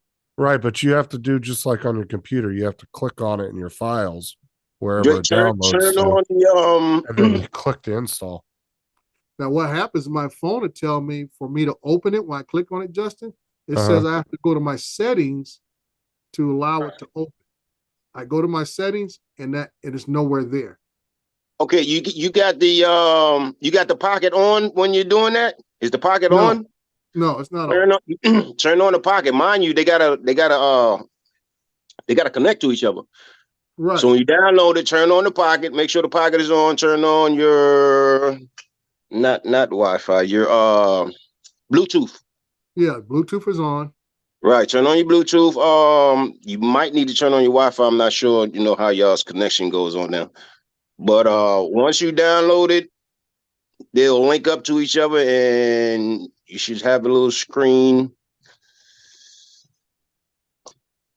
for your settings. I want to say in the top right, and you're gonna need to connect both of them through your Bluetooth. Yeah. Well, now it's installing. Like you said, maybe I didn't have the pocket on before. I thought I had it on last night, but now I'm getting furthers. Now it says the app is installed. Right. You got to have the pocket on. Yeah, that might be the issue. Did you do this here? Shut up, Justin. Go to device settings, go to apps and notifications. Yeah, whatever. Tap the three dots at the right, tap special access. Mm-hmm. Talking to Justin's like talking to the blind man. Blind leading blind. Well, I mean, it's basic information. Yeah, whatever. Yeah, Johnson after he gave me some good information instead of that roundabout down the block. Well, what would hit the old church at the corner directions you giving me? But to be fair, what would the pocket being on have to do with you trying to install an untrusted You know what? file? See, that's the the logic why they listen to you, because that's my logic being an old school computer guy. Why do I need to have another device on if I'm installing it on my phone? Weird Just shit. install it. But Jonathan's was correct. I had to have the pocket on for it to install. I think he just realized he didn't click the install. No, I didn't even get the install. I had to do the same thing with the Osmo. Osmo's a pain in the ass. Have you tried to get footage from the Mimo app? You got to hunt around in your Android to try and bloody find it. It's ridiculous. Like, where the hell is it? Hey, you just connect the two. You connect the two and you can see it all from the Osmo. Yeah, it's once you connect the two of them, don't look for it on your phone. Look for it on the Osmo. Yeah. Oh well, I haven't done that. See, yeah, I've just connected my phone up. Dude, I'm just watching your video here. What a nice little place you've got there, mate. Brilliant. Whose video? Yours, mate. Yours. Oh, the flight deck. Mate, it's bloody nice. Nice little deck you got there, the barbecue and bloody. Yeah, see, my house is literally, if you was to look through Google Map, you couldn't see my house. All you see was trees. I have this one little opening. It's in the back. So yeah. In my backyard, it slants. So once you come out the door, the ground slants. So I literally had a deck built on the back. Yeah, I had a deck built. And so now it gives me, better connection through the trees. Mate, that's brilliant. What a great little spot. That's so cool. I love it. I love that. What state you in, mate? I'm in Georgia, unfortunately. Yeah. What part of Georgia you at? Columbus. Columbus. Columbus. Yeah, if you type Columbus in Google search, it will show you Columbus. It's crazy. I got to get out of here. Geez, you got a bit of trouble with the leaves in your gutters, though, haven't you? Say again? You got a bit of trouble with the leaves in your gutters. Yeah, I'm forever climbing up on the roof with the blower and blowing them. Yeah, but unlike everybody else, you should get the leaf guards, Jonathan, like the ones that they advertise on TV. Like I got them, but with all the trees, all they do is pile up on the. And then mind you, they get heavy on there, so you really got to keep going up there and blowing them off. A lot of times I use my drone. I put my drone up there and let it blow them off. There you go. Awesome. Let's have a look at this. Slide on Vada right above it. Don't take it. Yeah. Sunrise or sunset? You got going on here? Air2S. I can tell which video you're watching from the reflection on you. Oh, can you? The sky was pink, right? Yeah, look in the glasses. Make sure you don't see any lingerie. Yeah, y'all got to forgive me. I'm very observant. Some of that lingerie. That lingerie. Lingerie. That lingerie, yeah. What have we got? HD there, 1080p. Why is My it finger's only getting better too. That's a good thing. you got an Air 2S and you're loading up in 1080p, mate? What's going on there? Be honest with you, I don't know nothing about that stuff, man. I just load it up just for people to have something to watch. As far as like people get into details with the color grading and the 1080, the 2K, 4K, listen, whatever it gives me, if I like it, I'll post it. So what program are you using to edit? Just off of my phone. Movie Okay. maker. Bloody hell, Paul. Come on. I just use my Ultra 22, my Samsung Ultra 22. Okay, that's why then. Okay. Yep. Yeah.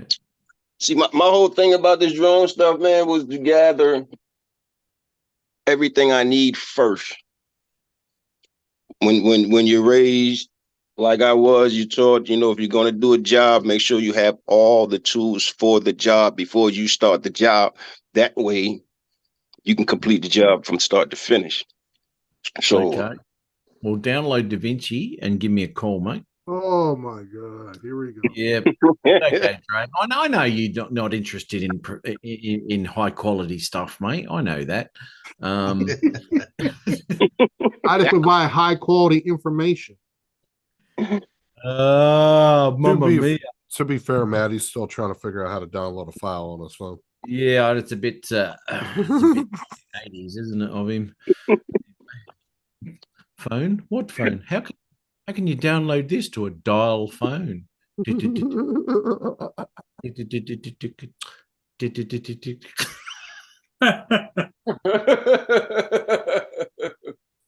I haven't seen a rotary phone in mercy. How long? So, Jonathan, so you think because when I use Mimo, right? Because sometimes every now and again I need to use the tracking feature on the Osmo Mobile. I think I've got a Osmo Mobile 2 or 3. I'm not too sure. I've had it for a couple of years. It's a great thing. I'm not going to upgrade because I don't really use it that a lot anyway. But anyway, and when I get to the phone files, I can get to the Mimo app and all that sort of shit, and I can get into the files of the phone. But trying to find the footage that I've actually taken is an absolute freaking nightmare. Where is it? You took it with your phone connected to the Osmo? Jonathan, he needs to realize there is a trash bin for trash work. Oh, righto. That's where I found most of your footage, to be honest. At least I know where to find it. You still searching. It's down. Well, I know you know where to find it. It's always in the trash, mate. Mine never is. This is the problem. Anything trash bin anything that I recorded with I missed that. I missed it, mate. Sorry. I'm gonna let y'all two finish. Go ahead.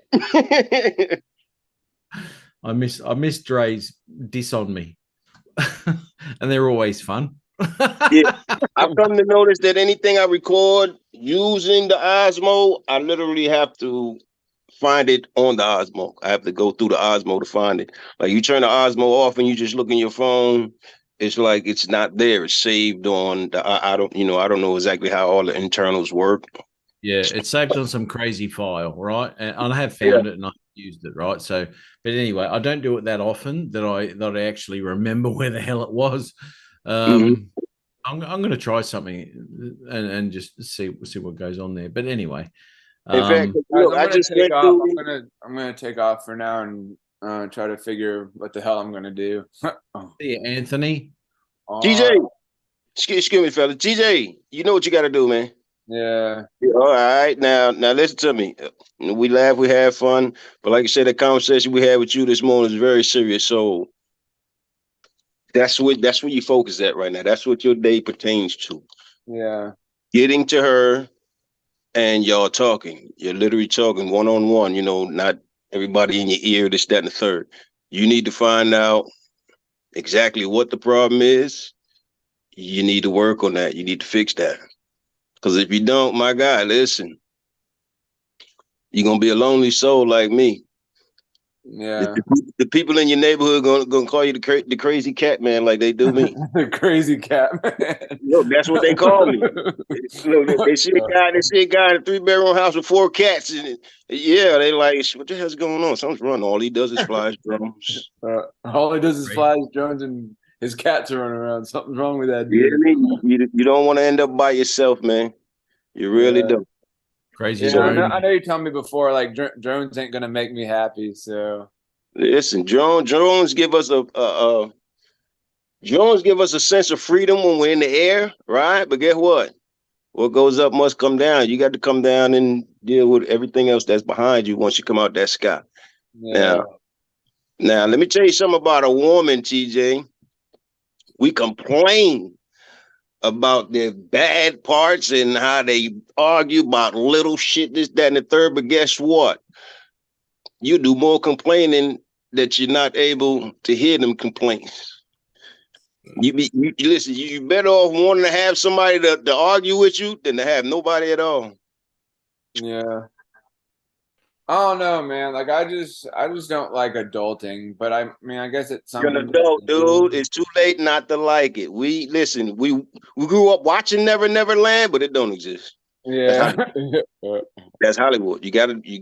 You're already there, dude. It isn't that you can't like it. You're there. That's where you're at. That's where you're at. Okay. And now as an adult, especially a man who's been married for 3 years, dude, that's gonna hurt you if you don't get your wife And back. like I said, be honest, TJ. If you really Yeah, I don't know. I things guess out. some people think that I don't care or whatever like that. Like I've been Well- asking Peter, do you even care at all? Yeah, Like, but it's the way you answer. Like we asked, well, do you love your wife? And instead of a yes or no, it was, well, you know. Well, dude, when you give answers like that, it doesn't look good. yeah. What that is you being scared to say what you really feel. When you say I don't know, That's what because it you is. know, Like I'm just scared to say what I feel or whatever. listen, you don't want to be scared, okay? But you're scared to say what you feel. You're scared to say what you feel, especially around a bunch of people, okay? Which is why I say the two of y'all get together by yourselves. Because now you're gonna have to show this woman your feelings in order to get her to come back home. Yeah. You're gonna have to. Because women done heard every story in the book. They can hear it and tell it is bullshit, but emotions they can feel, and that's when they know it's real. So you're gonna have to explain yourself. You're gonna have to open up to her. You want her to come home. How long she been gone? Yeah. Well, it's How been long like she been gone? How long what? How long has she been gone? I think like 3 or 4 days. How you been feeling in the last 72 hours? I don't know. Yeah, you do. Yeah, you do. See, stop that. I don't know. There's never I don't know. There's never I don't know. TJ, Yeah. you hungry? I am getting hungry. See how you know that? There's never I don't know. uh, You know. yeah. Like I say, we grown men, we gonna laugh and giggle with you, and you know what I'm saying? Listen, we gonna say what we got to say to make you feel better. But once you get off this live, once you go back to just TJ by herself, the rest of the world gonna hit you. So now you need to stay focused. I need to go deal with my wife. I need to go talk to my wife. I need to find out what's going on so we can work this out so I can get her back home before I be miserable for the rest of my life saying I don't know. Yeah. And get out of your head this theory that you told your mother when she asked you why you got married. Come up with a better answer than, well, everybody else was doing it. Yeah. Yeah, whatever you do, don't say that. I ain't gonna tell you the lie. Here's my best thing when it comes to me having to tell a lie. You know what I say? Nothing. That's the best way not to tell a lie. Don't say nothing. Whatever you do, don't tell your wife that you married her just because everybody else is doing it, dude. She is going to go exit left. Yeah. go ape shit on my ass. Yeah, and if you really think about it, that ain't just the reason why you did it. Yeah, everybody else did it, but guess what? Everybody else didn't find anybody else. The two of y'all actually had some kind of connection that made you feel like, okay, I'm gonna get married, but this is the person I'm gonna get married to. So you didn't marry her just because everybody else was doing it. That sounds real good, but no. Okay, because time, listen, getting in front of what you call a person that marries you? Oh, Counsel. a priest or A preacher. minister, a priest. Right, getting in front of a minister is just like getting in front of a judge. You're scared. You're scared. Cause right now, you know, boy, I'm in a predicament. All right. Now here's the difference between a judge and a minister. Time you say I do, that's life. You really just, yeah, that's a life sentence. All right. Now, to have enough heart to say I do, knowing this piece of knowledge, homeboy, you cared enough about her to say I do. Okay.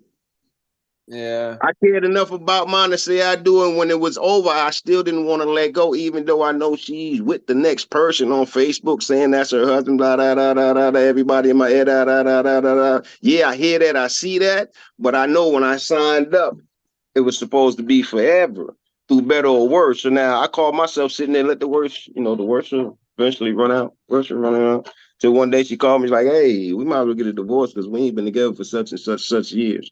And my first thought was horns. But in that second split of that second, I said to myself, you know what, she's right. And we went ahead and did it. Okay, now she's happy with whoever she's with. But me, I'm so scared of what happened. I'm so scared of the pain from losing what I signed up for life. That if I see one wrong thing in the next woman, listen, I go the other way. Because of that pain of that loss. You don't want that loss, dude. You don't want that loss. Y'all got 3 years in, that's something to talk about. Yeah. That's something to talk about. So you don't want to take that loss, man. You get your flowers, get your coffee, go get her a sandwich like you bought yourself the other day instead of getting her one. And y'all Cook go to yourself to dinner. Yeah. y'all go to a park somewhere, man, and sit down and y'all talk.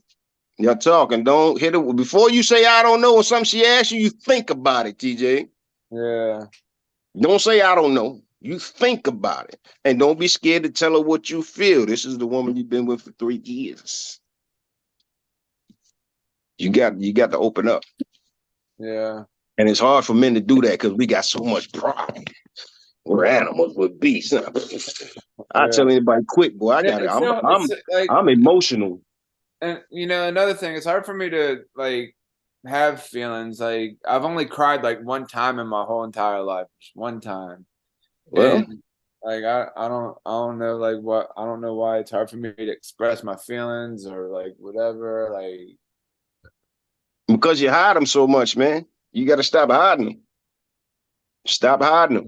Been hiding them all your life. So as you got older, it made it easier for you to do just that. You got to stop hiding your emotions. That's what men do. We hide our emotions. We try to act like we the shh and don't nothing hurt us. And as soon as a woman hurt our feelings, we get to call them all kind of names, talk about them like but that ain't really what we feel. That's that pain talking. Sorry, guys, I've got to nick off, I'm going to bed. Okay, Matt. Hey, I'll see you later, Matt. good seeing you, buddy. Absolutely. See you later. Yeah. Wish I could say the same. Where's the lead? all right, Jonathan, if I have any You have a other good day, questions, Matt. if I ever feel like I need to talk, I'll reach out to you. You got me, man. Just hit me, dude. But that's what you consist of today. Don't pick up no controller. Look, don't go play with the dog. Go to your wife, dude. Go to your wife. All right. We'll see y'all. All right. Hit me. Oh, you little Man. I feel for the homie. But I know what he's that- going through. Yeah, he's headed for some hard times, I believe. Hopefully he'll be lucky Till he enough to gets control. Hey, Dre, can you imagine coming home from work and your wife says, "Well, I love you, Dre," and you says, "Well, I think so." I've been married too long for no mistakes. That's right. Yeah. It's an ongoing learning process, but those are the easy ones you don't trip over. Yeah. And like Jonathan was saying, it took me a while to get there, but I said I asked about her day. I don't care if it's 5-10 minutes sitting down on the couch saying, "How was your day today?" And stuff. And it just and for me, I had to learn just to listen, because women will tell you a lot of things that you think you need to fix, and all they really want you to do is just to listen. So that was my thing. Is okay, I'm gonna tell you how to fix this. She said, "No, I don't want you to fix nothing. I don't want you to go tell nobody off for me. I just want you to listen to what I go through." And that's part of it.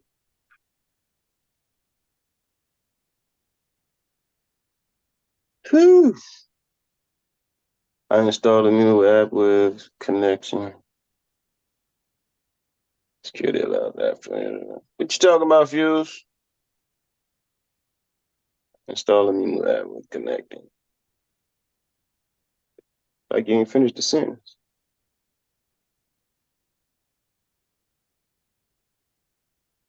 Yeah, he's saying he installed the app by connecting. I think the way you said that just doesn't make sense to me how you would have to do that though, but that's kind of weird. That the phone would need you to connect it in order to, because to me, if the app's not downloaded, how is it connecting? That's what I don't understand. Well, Unless- it's working, Justin. So Are you connecting it through? Well, I'm saying, are you connecting it through Bluetooth or Wi-Fi before you try to install the app? Is it Well, that's connected the that problem. way? This Mimo app controls how you connect to Bluetooth, which is how the device works. Okay. But still, That's it's like why I say having the device on allowed you to install it onto the phone. that's so weird. It is weird. It is strange. It doesn't make any sense to me.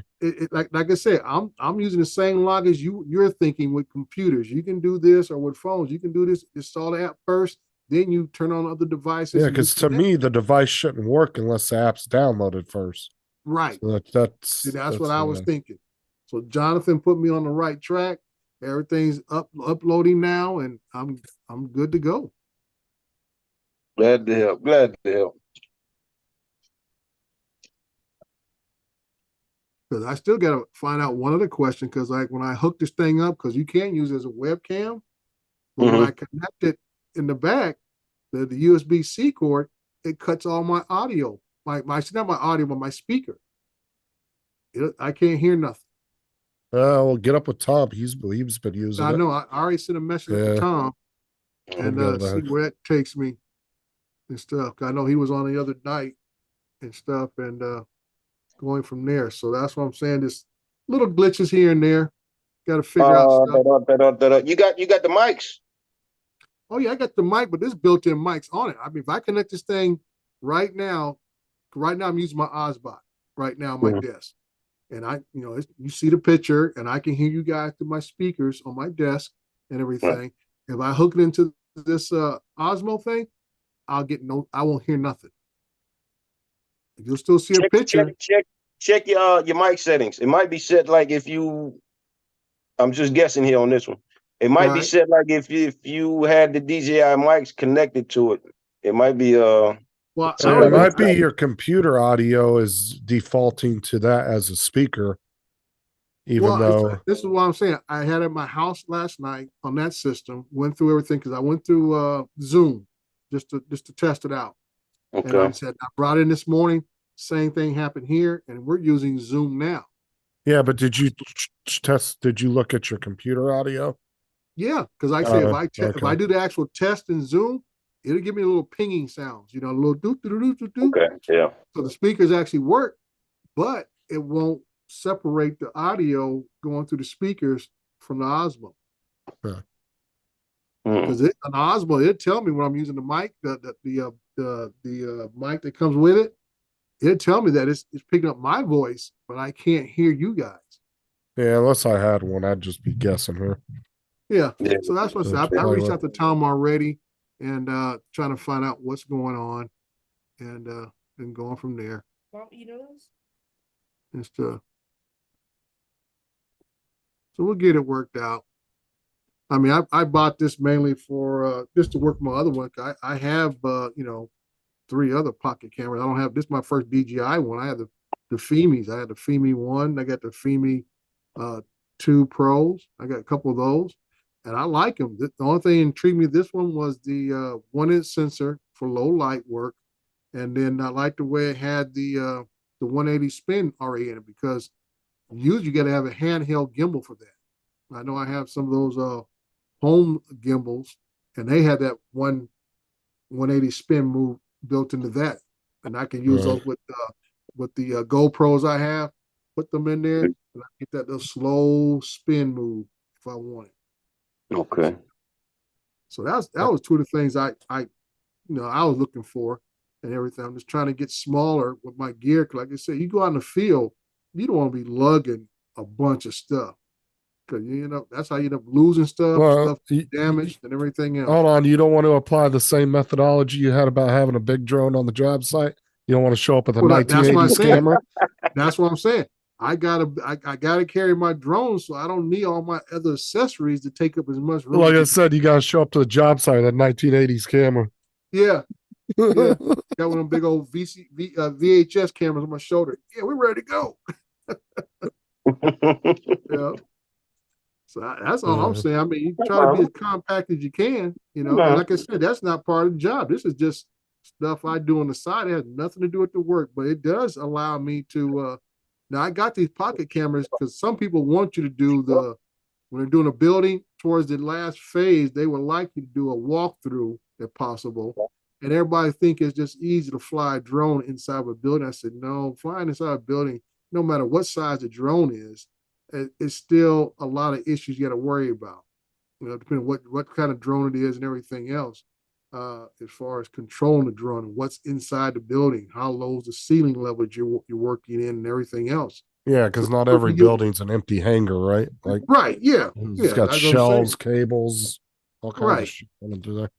So that's what I'm saying. I can put one of these pocket cameras like this one. I can get 4K 60 on this thing, and I'm golden. I can walk through, put it on a selfie stick, and walk through this thing. And I can say you get the nice stabilized footage. It's all built into these cameras nowadays and stuff, and you can get that nice walk through inside of a regular office building.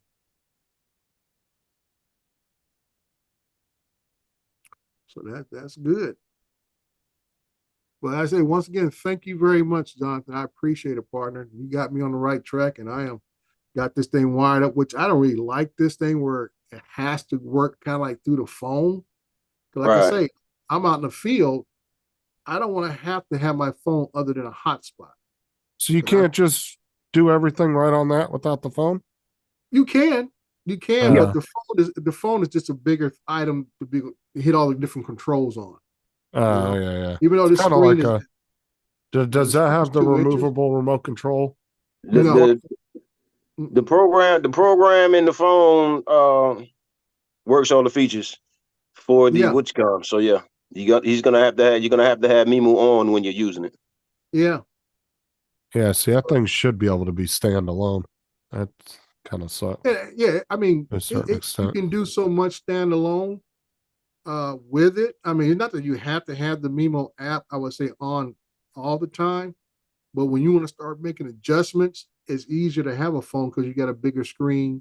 I mean, even though this is a large 2-inch screen, my finger, it covers quite a bit. Right. There's some boys on here that don't have fingers; they got paws, and they're gonna have some problems. That's true. I mean, a 2-inch screen really isn't big at all, to be honest. I mean, by today's standard, it's not real big. Tiny. It's just been bigger than the previous versions in the past. I have one that has like 1.5-inch screen, offshoot brand pocket camera, and it's nice. But my thing is the ease of getting to the menu section, and that's why I say the phone comes in handy because you can see all the titles and everything else that you want to go to make your adjustments. On the phone, you got to get on it. You got to kind of scroll it up, scroll it down, scroll it to the left, scroll to the right. The phone, you got the menu section right there, and you just go through. Well, see, now I'm wondering, now that you got the app working, well, maybe you won't have those issues on the computer now. You know what? That might be. Because thinking about it now, you just got it on there. Yeah. And you hadn't tested it, but before that, so no. Maybe there's some kind of setting in there that you couldn't find on there. I just went to the little 3 dot section. It says it has a pro mode section. It says enabling pro mode provides access to advanced settings, and changes to these settings will not be saved when pro mode is disabled. You know, that's what I'm saying. That's something you would never probably find on the 2-inch screen. You know, and then right now I just set it to have the grid. It didn't show up on a 2-inch screen, but it shows up on the grid lines that I like to have when I fly my drone. I always have grid lines there. Joe knows what I'm talking about, having that grid line so you know where your thirds are at and stuff. Definitely. So, you know, so that's what I'm saying. I got that on the phone, but it doesn't show up on the screen. So I'm gonna see what this promo. Okay, somebody just tapped me something. Who the heck is this? Oh, my wife. I guess somebody her job wants a drone job done, and they probably want me to do it for dirt cheap. Oh, yeah, you know your wife hooked him up. Don't worry. Yeah. He'll do it. I got him. Mm-hmm. Yeah. Mm-hmm. And this guy here is one of our Meo's insurance agents, has a drone job for you. I said, yeah, okay, whatever. I'll get around to we got that. a photographer. We got a photographer trying to muscle into the school. And he does posters, and he knows a few people. So what's happened was the football team, when they had the new coaching staff last year, they brought him in to do the posters, but I do the team pictures. So he got his foot in the door. And my basketball pictures this year, he did the posters. What happened was a parent knew him, got all the seniors together without the coach even knowing it. Right. And had the posters done and posted them on Facebook. Mm-hmm. And I saw him, and so I asked the coach about it, and she said, I don't even know how to apologize to you on this.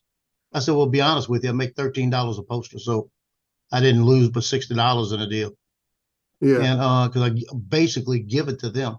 He charges them like double what I charge for the posters, because I do the team pictures. I make the money there. She said, no, you're doing the team pictures, and I jumped all over the parents about it. And he went to the boys basketball and tried to market himself. And the coach ran him out, said, get out of here. Joe's my photographer. He's doing my posters. So now my goal is, I know what his posters look like. Wait till you see what the boys' posters are going to look like. Yeah. I'm going to blow his out the water. Yeah. You know, and I hate to do it to the girls, but I'm going to make sure that the parents understand, you leave it to the people that know what they're doing. Don't have somebody come in that's going to charge you double the price. I've been doing it 16 years.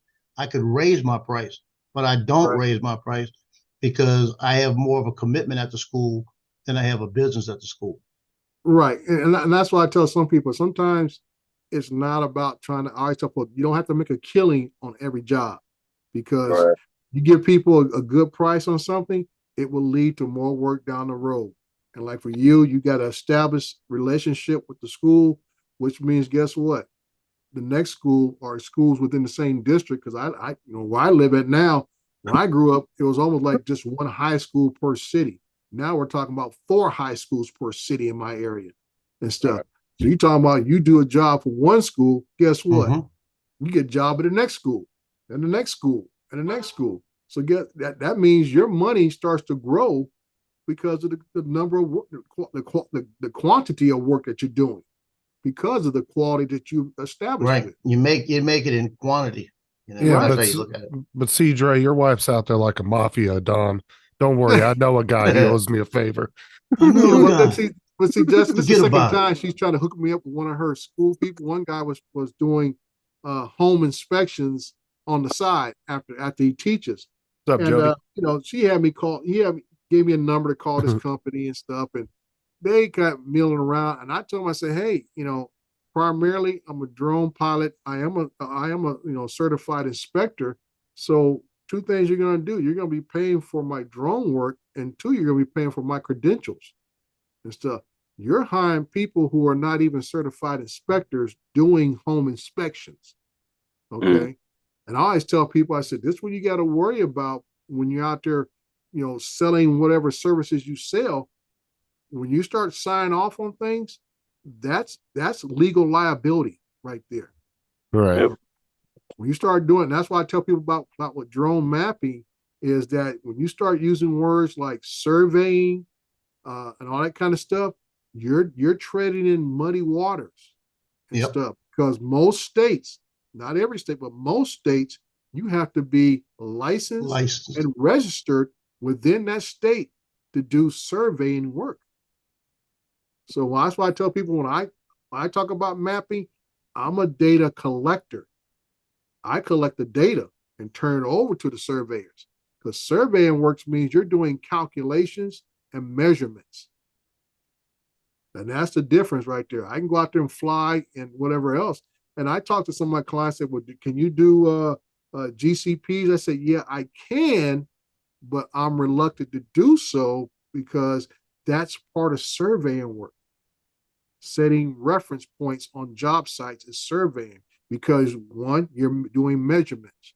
Because if your measurements are off, guess what? The whole project is off. Right. You're not the one that's signing off on the final numbers. You're just adding to the data that the person that has the license is making the final determination of and property that's why I tell lines. people, be careful what you offer as services, because if you go out there and you tell folks you do surveying and you start setting reference points on the job, and every point of the job, we talking about, one thing we always talk about when I did asphalt paving.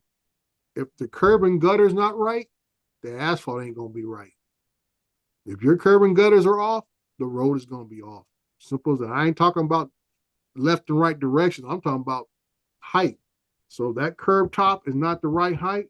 That means everything from the water flow to the grade level, everything else is gonna be off on that road. Everything's gonna be off.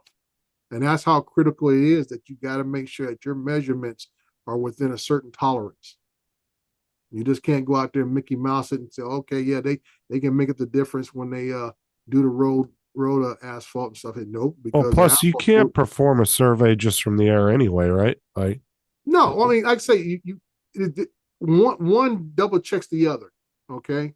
Right. Like when I fly, I got the RTK system now.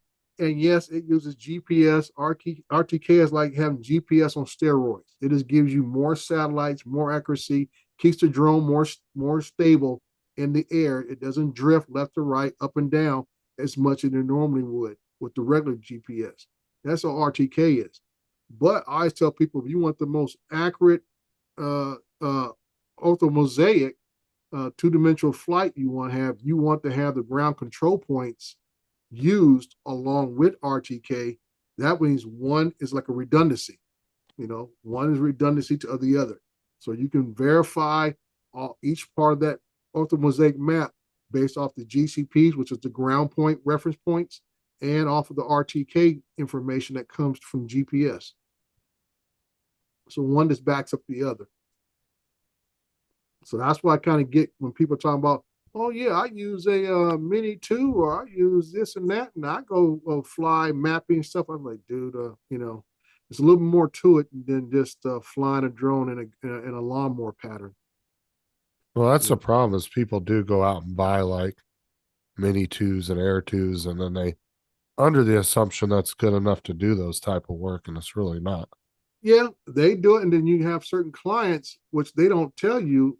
They probably already talked to a licensed surveyor, didn't want to fork out the money, and they say, well, I can just get a drone pilot to go fly it, and that's good enough. Now I'll tell people there are different levels. Okay, you can do what I tell people we call progression mapping, which basically means you're just flying a site in a lawnmower pattern, and you're providing a progress report type mapping. It's not for accuracy. It's not for measurements. It's just showing the progress of the job itself. That's it, and that's fine. Okay, but like on the other hand, when they're looking at your site to continue to verify that the site is meeting its expectations, meeting its data and what they calculated should be. They're looking at stockpiles, they're looking at measurements and all that kind of stuff. Then your flights need to be better. It needs to have RTK. It needs to have ground control points involved in the flights.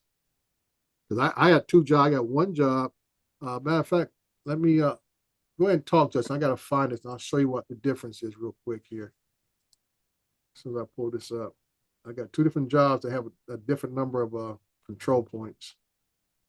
Let me find it here in a second.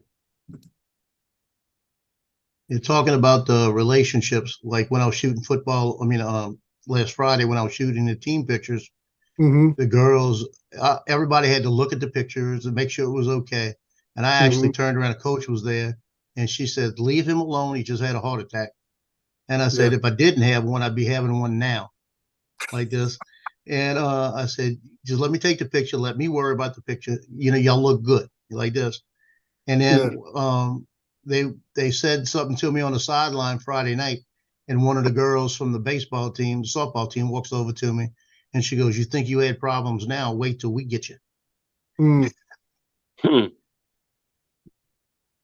Okay. Justin, I sent you one of the samples of the pictures I shot of one of the girls the other day. That's one of her team picture day, her individual. Go back here. Okay. Let me see. Oh, that's a cool picture.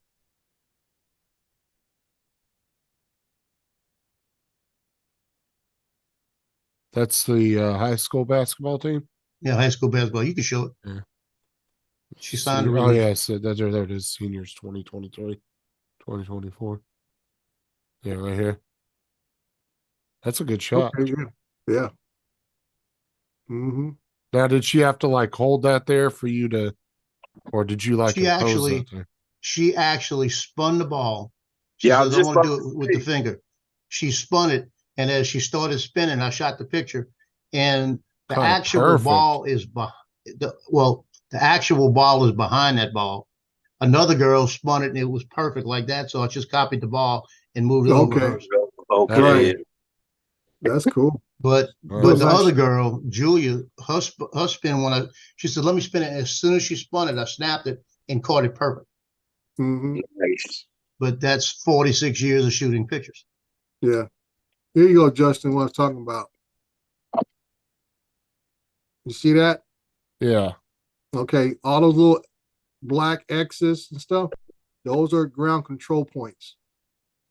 Right. And So now you those see, are like electronic waypoints that you set? no, these are actual reference points that are marked on the ground that Okay. that the drone picks up and shoots. Now you see, from the bottom here at the south end, the bottom, this is coming off a major road there. And there's even one that goes into the existing neighborhood, which is 100 feet elevation gain there compared where the rest of them are at. Okay. So that's what I'm saying about control points. Now I'll show you another job here. Let me stop sharing this for a second, and I'll get out of this job. Now I'll show you another one. So there's something physically there marking those Yeah, points? so it might just be a paint, and it'll be a pin in the middle of it.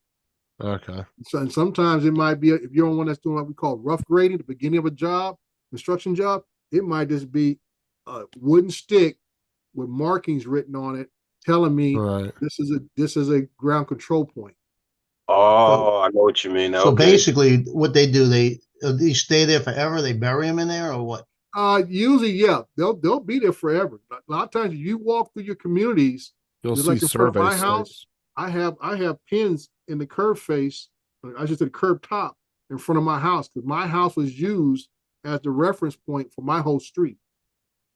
There's no other house that has that on my Yeah, whole block. it looks like a nail with usually Yeah. the ones I've seen, it looks like a big ass nail with a plate around it. Yep. And it'll sometimes be I have a down. little disc. Yeah. And I'll have some kind of little bit of information stamped on it and stuff. Now, Now, here's how another do one you- here. How does the drone determine that it's there? You have The to drone program it doesn't, in? as I say, the drone doesn't determine that it's there. It's just part of the picture taking. And when you put when you put all the stitch all the pictures together, this is how you make sure your stitching is accurate. Oh, you like overlay it, right? The software, yeah, the Mhm. software matches it all up. Okay, So- I get it. Okay. So Now, you this would is take another like job, their right. map and the one you do, and then if you overlay it, it should match up. right? Now, this is another job, which is just a progression job. Bro, you're such a baby today. Now, you see here, there are no GCPs marked on this map. Right. And this is a large site, Right. and there's none. Why is that? And I don't know. It surprised me when I looked at it. Now I had to find one because if you look at the Such a baby. north about middle of the map on the north end, there's a flood control, and I know they had to put that, so I found that one, and that's what I used to put my RTK base station on. So at least my drone will be able to have a reference point when it flies and stuff. The same thing down the other end. Yeah, it's the No, little zig- come up, son. Come up. Okay, No. it's right When I say here. up, I mean the other way. Come on. This way. Yeah, come on, slide all the way down to your left. No, to your left. Keep going. The little white spot now. Go up some. Okay. No, not that way. Yeah. Now go over. Okay, this is the road here. It used to be a dead end street out of the old neighborhood. Keep going over. Okay. No. This to your left. All right. Keep coming. Now down a little bit. What's that? Right That's there, right? somebody's house. That's Oh, somebody's okay. house. That's a building. That's a building there. Oh, sure. I'll is. zoom in. I'll zoom into the area that I located one right here. This is a flood control that goes on the ground. Okay. And I don't know if this is not good enough there, but there is a GCP sitting right here in that flood control. Okay. Going from there. But it's that I had to find that one because they had to mark it for the flood control coming through. Mm-hmm. And stuff. So that one doesn't have a bunch of GCPs on it. So that what I do there is more like we call progress data reporting and stuff on that site there. So that's why I tell people it's a different number of things that you can do, don't do, whatever and stuff, and go from there. Now I got another site here that has just 4 of them. This one here. And it's a I call it it's a small site, 1 battery site and stuff. Right. And I call those my small ones, and they're at the corners. Boom, boom, boom, and that's it. And I take off. I usually fly from right off the street right here. That's Mhm. where I take off from, right there. But you see the GCP points there on the site. Right. All 4 4 of corners. them. All 4 corners. And like I said, those are set by the surveyors, not by me. Those are set by the surveyors for that job site. Now, what drone you use for that? I use a Phantom. I use my Phantom for most of my mapping jobs. Now, since I got the Mavic 3 Enterprise, I use that on the big ones. The first 2, I'm starting to use that one, the Mavic 3 Enterprise on that. It's just allows me to be a little more efficient on the job. Now, have you found that you using the newer one are you starting to, I would say, is the newer one outperforming the 4 as much as you've used the 4?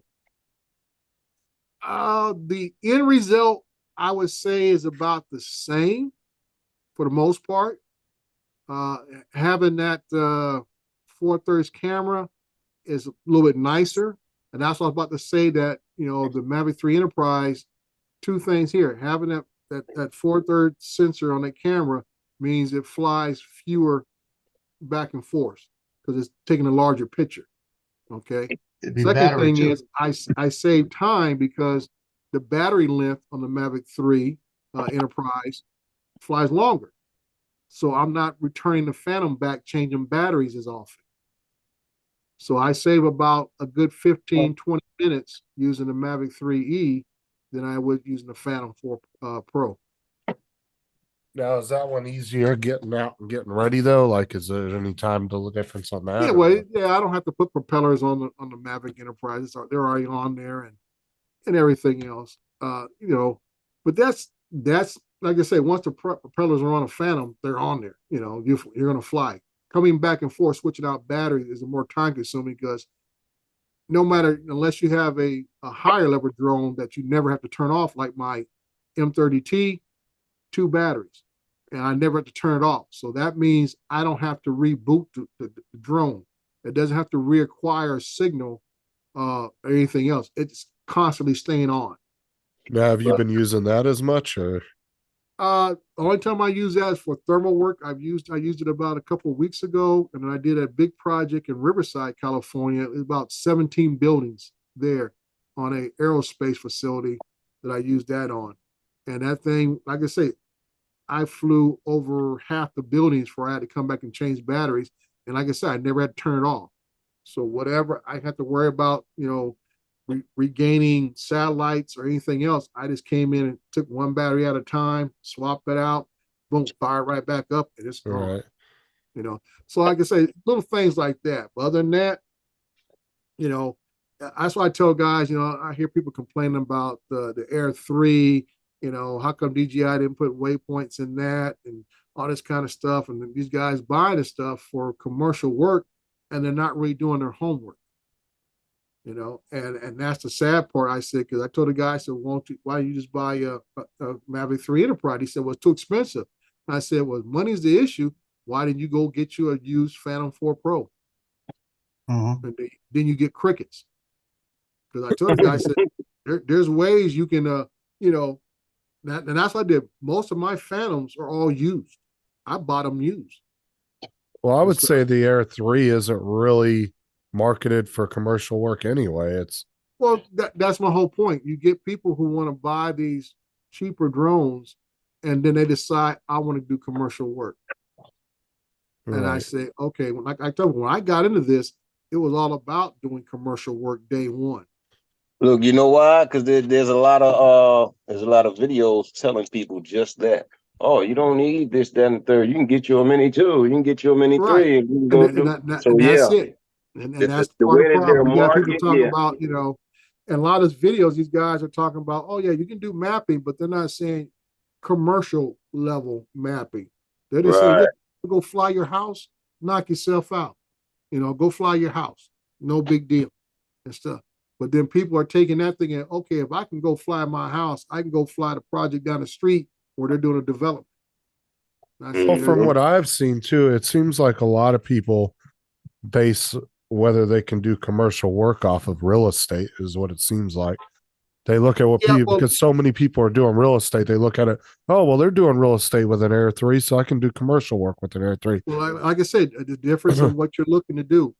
Like I say, you look at Ken Doble, and like you said, he primarily still uses his DLSRs for most of his work. The drones and whatever drone he uses is basically almost like B-roll, where like you get the intro shot from outside coming into the property and stuff. Once he's inside the house, which is, I would say 75, 80% of his little videos that he does of houses, that's all done with a DLSR. Yeah, just a regular standard camera that you hold in your hand. Yeah. And like I tell a lot of people, but see, you got to look at it for what he's doing. He's doing, like you say, he's doing houses. So all he needs is a regular drone. He doesn't need an Enterprise or any of that for what he's doing. And if you know how to edit really well too, I mean, you can get away with using a Mini 2 for right. Well, and like I say, Doble, that kind of work. Doble's very good at editing everything else. So I mean, he's very skilled in all facets of the game. Like I said, he showed folks that you can use a Vada. He's used minis. He's used other drones. Yeah, when you got the skills, Doble got, you can use just about any drone because it's not all about the drone. It's about what you do with the footage and the photos as well. See, Doble has he's got all that covered. So so that's what I'm saying. That he's introduced several different drones, but like you said, I think the other day he put out a video about a week or two ago where he said he's been using mostly the Mini 4 or Mini 3 primarily. And that means he's not using the Mavic 3 anymore. Now he might use that on bigger production jobs because of the quality of the sensor and stuff. But he's saying he's been using that Mini 3, and Mini 4 on his regular real estate work, and using his Sony for the interior work. And that's See, the thing about these drones with Dobo, he learns the drone, right? So now, whatever features or aspect that new drone will give out, he will take that and add it with what he already does. You understand? Right. So yeah, he just combines. Okay, this drone does this and that new features. Okay, boom. He's gonna take those shots, those videos, them features, and he's gonna bring it in and do what he does to it. So it's exquisite, no matter how you look at it. And that's why I tell people, you know, I don't get excited about all the drones that come out, because, you know, for me, it's a business decision. I said that, you know, I think Lon Denard put the best way. I said, if it don't make money, it don't make sense. So why am I going to go out and invest in buying Mini 2s, Mini 3s, Mini 4s when they're not capable of doing what I need to have done? Well, it's like you got to have the right equipment. I want to get the latest and greatest camera equipment, but I've got stuff that's about 6 years old, and it gives me exactly what I need, and everything works. So why should I invest in anything right now if I'm getting what I need? That's my big thing. And that's why I tell people, I said, you know, if you just want to be getting into it, getting your feet wet, go buy used Phantom 4 Pro. Version 2 would be the best one to get, but you can get work version 1. I tell people, I said, you will make your money back on that $600, $700, $800 drone within probably 6 months, and you'll be, you know, like I say, and everything's gravy from there. If you worry about trying to buy, like I say, well, I tell you, that mapping that you do, it's just starting to interest me a lot, because we've got so much construction, so much development in this area. Like I've got a deal with the Camp Lejeune Water right now. And we just finished signing all the papers today because they needed to get some medical records, because I've already been diagnosed with 3 things. So it's like, now what are you going to pay me? That's basically what it is. Right. So once that all comes through, I may go get an enterprise and then get into the mapping and try to do that on the side, just to bring something in, you know? Right. It's really interesting to me. And that's the next thing I would tell people. I said, that's why I tell people, you know, for the amount of drones I have, is so it allows me to be multifaceted. Okay. Yeah, I have drones for mapping, but I also have drones. Like I said, I still have my Mavic 2 Pros to do cinematic work and stuff. But I say, those Phantoms do great cinematic work themselves. You know, people say, well, I said, dude, once you learn, like Jonathan said, once you learn how to really use a drone, you can use it for anything that you do. Right. And I said cinematic work with those Phantoms, they are buttery smooth. It's just the way they fly. They fly. I say Mavic 2 Pros are very precise, just the way they fly. Even my Mavic Pro 1, when I had those, very precise flying. You know, they turn real precise and everything. That Phantom has a little bit of a drift still, where it doesn't react real harsh. It just has a little bit of a drift mode to it, and it's casually turns, slow turn to the left, slow turn to the right, and it gives you so much cinematic feel to it when you fly it, and it comes out in the footage and stuff.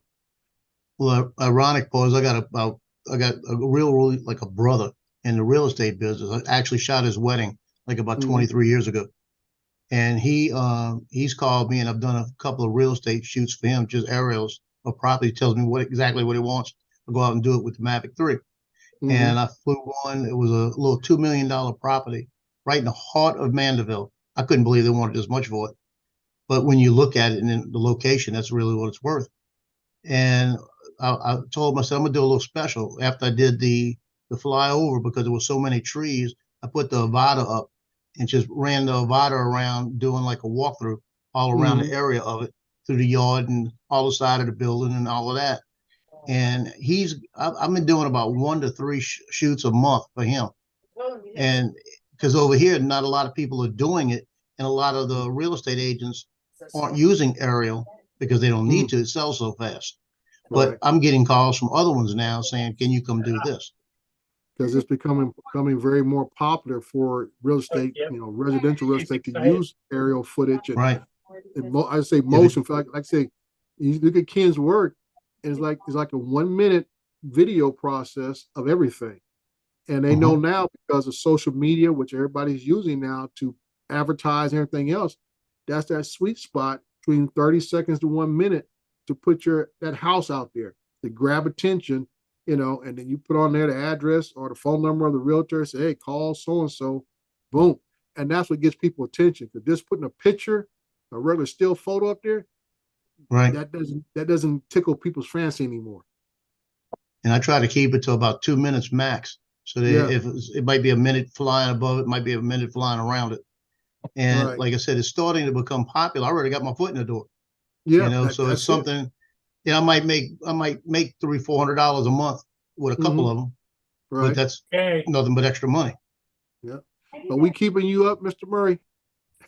What's that? Are we keeping you from your nap? Oh, no. I know you're usually not. I know you're usually not on this long. I'm here to stay as long as you guys want to stay. If not, we can No, close it down we're all good. anytime. I know you tiptoed away for a little bit, so I want to make sure we're not disrupting your daily schedule. No. I think Justin's probably got it ready for nappy time. Is that right?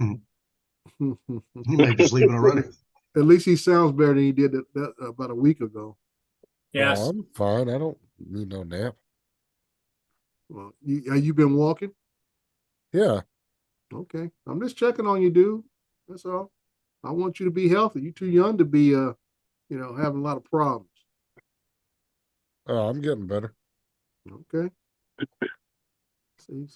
Even though we tease you and give you a hard time, don't we don't love you. There's all Sure, kinds of you don't different, have to. different kinds of love, right? Yep. You get that little brother love. Get picked on, poked at. Well, I tell you, when my daughter came over yesterday and my granddaughter looked over at me, she hadn't seen me probably in about 2 weeks. It was just, she just looked at me, looked around the house real quick, looked back at me, gave me the biggest smile. And then she leaned towards me. I picked her up and she just laid right on me, Yeah. just like a hug. And Yeah. that was the best medicine I had yesterday. There you go. There you go. All right. Now, Captain Joe, are you in Louisiana or where? I'm in Mandeville, Louisiana. Mandeville is about 34 miles north of New Orleans, Oh, okay. right across Lake Pontchartrain, north shore of Lake Pontchartrain. I'm about Okay. 18 miles from Johnny. So we Okay. kind of meet in the middle of different places. Right. We actually were flying at a park by a high school on Sunday, and he's flying to Nevada. I'm flying to Nevada, and there's a couple of excavators and a building being done. So I'm saying, Johnny, where are you? And he's telling me that, and we're flying. All of a sudden, I look up. He goes right in front of my Nevada. We're within feet of each other. And then I got it Alright. looping around with it again. And it was about 3 or 4 times. I looked up. All of a sudden, we're facing each other, shooting right past each other. Oh, wow. It was like I made sure that we had the height right. Yeah. I said, Yeah. what are you flying at? I said, because okay, you had 3 feet. I'm at 2 feet. Okay, we're good. Yeah. That's good. No, because you mentioned Camp Lejeune. I say, okay. And I know he's in the Corps before, so I'm like, all right. So, yeah.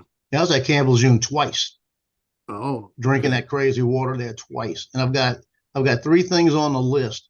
And the ironic part about it is, no one in my family have heart issues. Mm-hmm. And the attorney said they are actually contemplating the heart issues because they have a lot of people that have the other issues have heart issues. Right. And some of these chemicals could create heart issues. So, but it all works off a spreadsheet, what they've been paying people. Yeah. And I was shocked when they put the number out, and I looked at it. I said, you sure you're right? He said, it's on a spreadsheet. He said, now don't expect 100%. They'll probably try to get it to about 80%, He said, but I'll take 80% in a minute. I was only in the Camp Lejeune area for my ITS training, Camp Geiger, right next to New River. I was there too. Yeah, but we had it was ironic because I was at Camp Lejeune. They messed up my original orders out of boot camp. I was supposed to go to the band. sent me to Gamble June for dispersing. They wanted to send me for Mhm. dispersing Right. because I had good math skills. Mhm. When I finally got everything straight, I was there for about maybe 3 months before they could get me up to the band. Mm. And then I came back after I got out the band. I wound up getting stationed at Lejeune again. Mhm. And the ironic part about that part was I was working with supply and purchasing, and we had an armory built into the building, and somebody was trying to break into the armory, on a nightly basis. Oh, on a base. So Wow. we had guards walking the armory on automatic, Mhm. and nobody ever caught the guy. And I said, look, because he got in one night, but he couldn't get into the weapons. Mhm. And this building is like size of like a big house. It doesn't make Yeah. sense. So I said, somebody's letting him do it. I said, so let me walk guard duty. Mhm. And I walked around there the first night I was on, and you know how you always vary your pattern and do everything else. Right. No, I Yeah. timed that sucker. I made sure I was doing the same thing every second. So I Mm. walked around it, and about an hour into it, it was a little light rain going. I noticed a bunch of footsteps near one of the Mm. windows.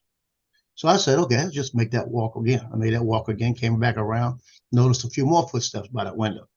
And I said, okay, he's trying to come in. So I went around the third time like that, came back, and I said, I'm gonna get him now. And as I went around the building, I stopped, and then I started coming back towards the window. Yeah. And he was about 40 yards from me, and he had a crowbar trying to pop the window up. Mhm. And I had the little shotgun with double aught buck in it. Yep. And I said, halt, like that. And when I said halt, he turned around and opened up on me. Wow. And when he Okay. opened up on me, I let off 3 shots, watched him flip. Mhm. And he flipped. I got knocked down. I thought I was shot. What happens, the third shot came off my hip, and it was the Mm. recoil, hit me and knocked me Yeah. out. Boy, that hurt. Yeah. So I'm laying in the mud. He's laying in the mud. And he's screaming. I knew I hit him. Yeah. And in the MP barracks, funny part about it, MP barracks is about 200 yards from it. They were out there running out there in their underwear to see what was going on. Mm. And the tallest guy I've ever seen in my lifetime, biggest guy, comes walking up to me about an hour later. We're all sitting around and all of that debriefing. And he looks at me and he says, how you doing? I'm so-and-so with NIS. I'm your bodyguard. I said, why do I have a bodyguard? He said, because you have death threats already. Wow. I said, Okay. okay. He said, we're going to be packing you up and you're going to be flying out of here probably the next day. I said, where am I going? He says, Okinawa, Japan. Ooh, ooh, ooh. So I was in Okinawa 3 days later. Mm. I had a flag on my record book that I could not go to the East Coast, and I couldn't get back to the East Coast for 10 years. So it must have been gang related, huh? It No, was something that's related. inside job related. Inside job related. Yep, that's inside job related. Because you can't go back to a command, that means there's several, and I ain't talking about enlisted, but I'll be senior enlisted officers involved in that situation. Because when you're, like I said, this armory is not out in town, it's on base. And usually the armory, everything is like, say, you might get into the building, but then the armory itself is caged. It might be heavy steel cages where the weapons are at, where the ammunition is at. So this is something internally. This guy was, constantly getting broke into. This was inside folks. It was all inside. Folks who could cover it all up. Was It was a whole- he military? It was a whole lot of people involved. Mm-hmm. He was military also. Oh, Right. he The guy you hit, once they got him, he started calling out names. Too I many guarantee names. you. And they knew And they were gonna get you, so we got and they would not give me specifics. Right. I was on a need to know basis, and the only thing I needed to know was I was on my way to Okinawa. Oh, Yeah, This that's is- inside But job. the way we were crap right trained to shoot is you don't shoot directly at him, you bounce the first shot there. Mm, off the ground. So the first shot came off the ground, hit him in his legs, and Mhm. flipped him. The second shot hit him like right in the upper legs, and the third shot caught him in the lower back as he was flipping. mm. And that one, I remember seeing that one because when the third shot hit him, it was like as he made the flip, it was like, and then he got shoved back. Wow. All he knew was pain. So he Oh, he gave was- up everything. He was hurting. He was giving up everything. Yeah. oh, this is the most bullshit video I've ever seen in my life.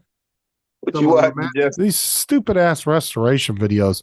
This guy finds a Mini 3 supposedly rusted out Mhm. and completely repairs the whole thing. But he looks like he lives in a country where they can't even afford food. I'm like, no, come on now, dude. I'm so sick of these. I'll post it in the chat and you guys can just look at the Yeah. thumbnail and tell me you believe that bullshit. Yeah. Well, I spent a few years on the East Coast. Like I said, I did my infantry training there at Camp Geiger. Then I originally, at the same time, they were telling us we were going down to 8th Marines, which is right down the road from us when we were doing training school, because the Marines were still in Beirut at the time. And they're due for rotation. And then at the last minute, the president pulled all the Marines out of Beirut. And then the first set of orders came down for me. I was going to Guam, and then they switched those, and I ended up going to New Hampshire, up there to the sub base up there in New Hampshire, on the border of Maine and New Hampshire, Portsmouth Naval Shipyard. So I was on back then they called it security duty, but it's basically anti-terrorism unit duty up there, because we were guarding all the nuclear fuel rods for the retrofit of the subs. So I did that for a couple of years, and I said I gotta get out of this snow, because I'm a California raised kid, and it's snowing from Halloween to Mother's Day. And I'm like, I never experienced cabin fever, but I got it up there. It was ridiculous. I was like, I'm out of here, dude. You watching that video, Jonathan? Yeah. That's a bunch of Yeah, I shit. looked at Man. it. And then I'd thrown that away. Then I ended up going 29 Palms, stayed out there for about 3 years. When were you at 29 Palms? I was with originally 1-4, then we got re-signed to 3-7. So when were you though? Yeah. What year? What year? Oh, what year? That was from 86 through 89. That one recruiting duty. Young kid.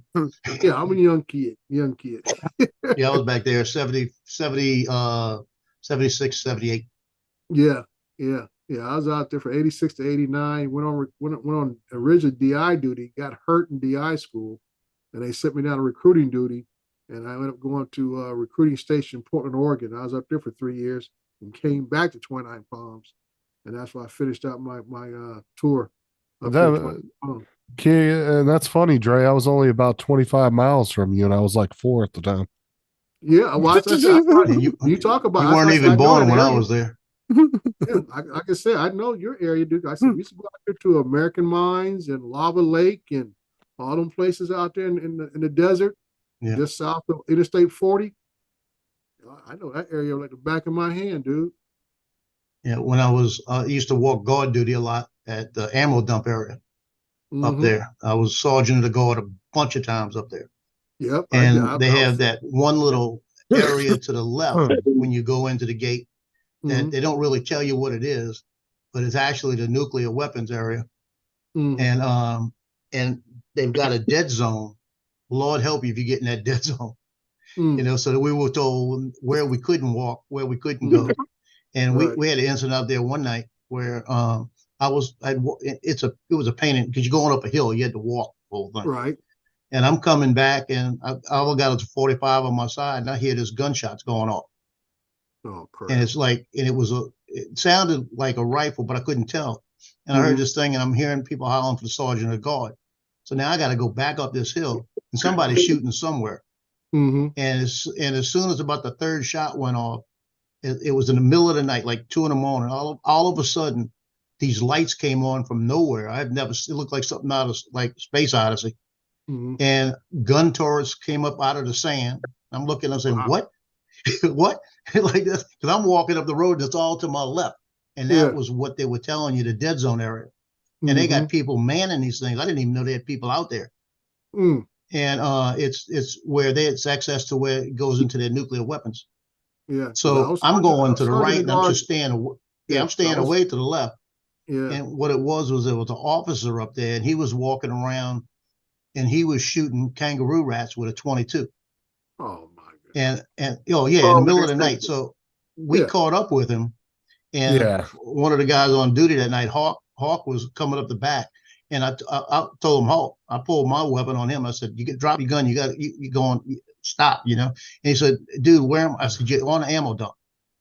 and he Mhm. told me, he said, oh shoot, he said, I'm an officer, and he went through all of this, and he said, I didn't know I had ventured into the ammo dump What do like you that. mean? And No, it's fenced off. well, he thought he was just out in the desert area because he came in the back, Oh. and he's standing there with the 22 rifle in his hand. I said, sir, you need to drop that weapon like Mhm. that. And he says, no, I don't want to get, let me just go back where I was. And all. I said, you're not leaving. Yeah, like this. you're too late now. It's over with now, right? So I'm Yeah. standing there and I'm loaded on him, ready Yeah. to go. And I said, don't lift that weapon. I said, because you will be shot Such crap. like that. And he looks at me, and about that time, Hawk walks up behind him and puts right on the back of his ear the shotgun and says, Oh, wow. sir, drop the weapon, please. I don't believe You that know? crap, Jonathan. Yeah. Yeah, because like I But said, he, I was running the what car the hell out is there that? and he did about wound 2 up weeks. resigning. Yeah, look at how Yeah. rusted that is. Yeah, it's such dude. Not even the rush, but These restoration videos are such bullshit, dude. These guys will. Thinking, how here's does the the plastic main thing. rust? There is nothing up here, right? So now look at this video again. What is that? That's why I wonder, how does the plastic rust? That's because they purposely The hole age in the it to top. make What it is look that? like What's it. that hanging? What's that hanging out of there? I don't think it was. I think it was a Mini 3 knockoff, but still, it's like, how does a plastic rust? It's not a pro. It's because they purposely do that. Had to become. I mean, and then they one thing about the body, but how do you get rust on the props? That's not my whole point. It's because they purposely age the shit to make it look like it's been sitting outside and it hasn't. Yeah, And then they pretend to find it, but it's always these guys that look like they live in third world countries, but they're fixing these very complex machines. I'm like, where the hell are you even getting the parts at for any of that? Like somebody said, plastic doesn't rust. First of all, that's my whole and point. you ain't dug that up. No, Mm-mm. dude, You ain't dug that up. I get so annoyed by them restoration videos. I see them all the time, and it's always in these countries. Like I said, their surroundings, they look like they live in a third world country. Is that one of Matt's videos? Yeah. That was Tim's. But yet they'll fix these very complex things, and I'm like, dude, this is such bullshit. Oh, It says dry fish pond. yeah, right. That's crazy. Well, what did they? I'm gonna bounce out of here, Jonathan. 10 we'll see you times. later. Thank you, partner. I would have never figured that out because me and Justin were on the same page and how installing stuff should work, and that's totally backwards on that. So glad you were on today to figure that out. I just got to figure out this audio thing, and hopefully Tom Downing will reach back out to me so I can figure it out, because I want to use the Pocket 3 here at my office and take my Ozbot back to my house and go from there. Connect one of the DJI mics to it. That might. I have that. I did that at home last night, and I can see where it hears me. When you have the mic attached, you'll have the little meter line at the top. Yeah. Right. Stuff, but I get nothing from my speakers. Even I had my headphones on last night at my house, nothing. But as soon as I unplug the USB out of it, everything pops back. Well, play around with it now that you got the app downloaded. See if there's something you missed. Yeah, I'm gonna try that. All right, Mr. Murray, Mr. Joe America, later, Dre. Justin. All right, See you later, Dre. Hey, Dre. Yeah, we'll see ya. All right, later. Yeah, I'm gonna jump off here too. Okay. Yeah, I'm gonna jump off too. I think we're going to close it down there. Jonathan, thanks for coming in.